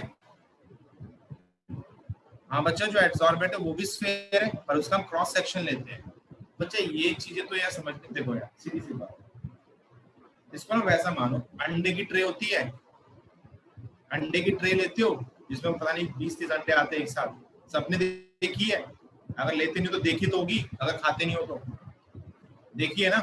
हाँ, अगर मैं बोलता हूँ ट्रे का सरफेस एरिया क्या, अब वो देखो उस ट्रे का टोटल सरफेस एरिया क्या है, अब वो ट्रे आपकी स्फीयर नहीं है, वो कुछ और शेप की है। ठीक है, तो अगर मैं आपसे पूछता हूँ टोटल सरफेस एरिया क्या है with the help of eggs, जो अंडे रखे उनकी हेल्प से, तो आपने क्या करना है अच्छा, आप अंडों का थोड़ा टोटल सरफेस एरिया लोगे, आपने क्या करना है, ये आपके पास स्पेस है, ऐसे करके ऐसे करके ऐसे करके ऐसे करके ऐसे करके, ये अंडों का समझो हिसाब किताब था ऐसे। तो यहाँ पर एक अंडा आया, यहाँ पर एक अंडा आया, पूरा टच कर रहा नीचे, तो ये अंडा, ये अंडा और ये अंडा। अब भाई आपने जब सरफेस एरिया लेना है इसका, तो भाई इनके सरफेस एरिया से थोड़ा ना मल्टीप्लाई कर दोगे, आप इसको साइड से थोड़ा देखोगे, तो ऊपर से देखोगे ना। आप ऐसे समझो आपने अपने हाथ में ट्रे ले रखा है और ऊपर से देखोगे, तो जब आप ऊपर से देखोगे तो बच्चा ये आपको अंडों में क्या है कि थोड़ा सा बल्ज पार्ट ऊपर को होता है, थोड़ा कंफ्यूजन हो सकता है। तो ये जो बल्ज पार्ट है ये तो प्रॉब्लम देगा ना, तो मैं इसे काट देता हूँ। मतलब आप ये मानो जो अंडे जब आप ट्रे में डालते हो तो अंडे ऊपर को निकल रहे थे, तो आपने ना एक तलवार लिया और बीच में से काट दिया सारे अंडों को बराबर हिस्सों में। तो अभी जब आपने बीच में से काटा, अब ये एग्जैक्ट इनके शेप में बैठेगा यहाँ पर ऐसे। ये भी इनकी शेप में बैठे हुए एग्जैक्ट यहाँ पर आधे आधे अंडे सारे, या उबले हुए अंडे मान लो, उनको काट दिया आधे आधे करके, ठीक है। अब जब आप ऊपर से देखोगे बच्चा, तो अंडे आपको कैसे दिखेंगे, एक रिंग शेप में नहीं दिखेंगे, ऐसे करके, ऐसे करके। समझ में आ रही है चीज, ये चीज समझ में आ रही है? ये इमेजिन करने वाली चीज है, नहीं तो फॉर्मूला याद रखो। बोलो बच्चा, समझ में आया? हाँ, अभी वो हेमिस्फीयर हो गया, ठीक है। बात मेरा हेमिस्फीयर से नहीं है वहां पर। तो जब आप उसे, अब देखो, आपने ये चीज समझ ली, ये चीज समझ ली ना आपने, समझा? आपके पास कोई सी भी ट्रे, इमेजिन कर लो कोई सी भी ट्रे, उसमें आपने एग्जैक्टली फिट उसका जो भी स्पेस है ना, उसके ऊपर साइड्स जो प्रेजेंट है, उनके ऊपर उसी शेप के एग्जैक्ट कोई स्पीशीज डाली है ऊपर से। अब आपने उसका सरफेस एरिया निकाला, तो सरफेस एरिया के लिए आप कैसे देखोगे? आप ये ट्रे है, तो यहां से देखना पसंद करोगे कि यहां से देखना पसंद करोगे? मतलब ये इसको ले लो, यहां से देखना पसंद करोगे कि यहां से, ऊपर से कि साइड से? उसका सरफेस एरिया देखना है तो बोलो बच्चा, ऊपर से कि साइड से? ऊपर से देखोगे ना, यस और नो? और जब आप ऊपर से देखोगे तो ये जो अंडे मेरे को दिख रहे हैं, ये किस तरह के दिखेंगे? एक रिंग शेप में दिखेंगे। इनका नीचे का हिस्सा थोड़ा एक्सपोज होगा, इनका नीचे का हिस्सा थोड़ा एक्सपोज होगा, इनका ये नीचे का हिस्सा एक्सपोज नहीं होगा, इनका सिर्फ ऊपर का हिस्सा मुझे दिखेगा, ऊपर का हिस्सा, ये हिस्सा दिखेगा जो रिंग शेप में होगा, रिंग रिंग रिंग या एक सर्कल। तो ये क्रॉस सेक्शन का मतलब ही यही होता है कि हम यहाँ पर 2 डायमेंशनल ऑब्जेक्ट को गलत होता है, 2 डायमेंशनल एरिया निकाल रहे हैं। और 2 डायमेंशनल, अगर स्फीयर का 2 डायमेंशनल बोलोगे तो दैट इज सर्कल। तो हमें ऊपर से देखोगे तो हमें सर्कल सा दिखेगा, तो सर्कल का एरिया मैं यहाँ पर निकाल रहा हूँ, मुझे पाई आर स्क्वायर। और अगर कैसे आप सर्कल का एरिया निकाल सकते हो? बॉल होता है, बॉल को बीच में से काट दो, हेमिस्फीयर बना। अब बच्चा उसके लिए बहुत ही बारीक परत काटो ऊपर से, बहुत ही बारीक परत। जैसे आप लैब में काम करते हो, बायोलॉजी में, तो वो बनाते हो ना, स्लाइड्स बनाते हो, पील्स निकालते हो, बहुत ही बारीक पील निकालते हो कि नहीं निकालते हो? तो ऐसे ऊपर से बहुत ही बारीक परत निकाल दो। हेमिस्फीयर डेवलप करने के बाद ऊपर से बॉल को काटो, बहुत ही बारीक परत निकालो, इतनी बारीक निकालो कि उसकी हाइट नेग्लिजिबल हो, हाइट नेग्लिजिबल हो। तो फिर वो कैसे वर्कआउट करेगा? वो एक सर्कल की तरह नहीं वर्कआउट करेगा, रिंग की तरह वर्कआउट नहीं करेगा, वो सर्कल की तरह वर्कआउट करेगा, क्योंकि उसकी हाइट नेग्लिजिबल है, ठीक है। तो इसीलिए हमने यहाँ पे पाई आर स्क्वायर मार्क किया, ना कि 4 पाई आर स्क्वायर, दूसरी तरफ, ठीक है।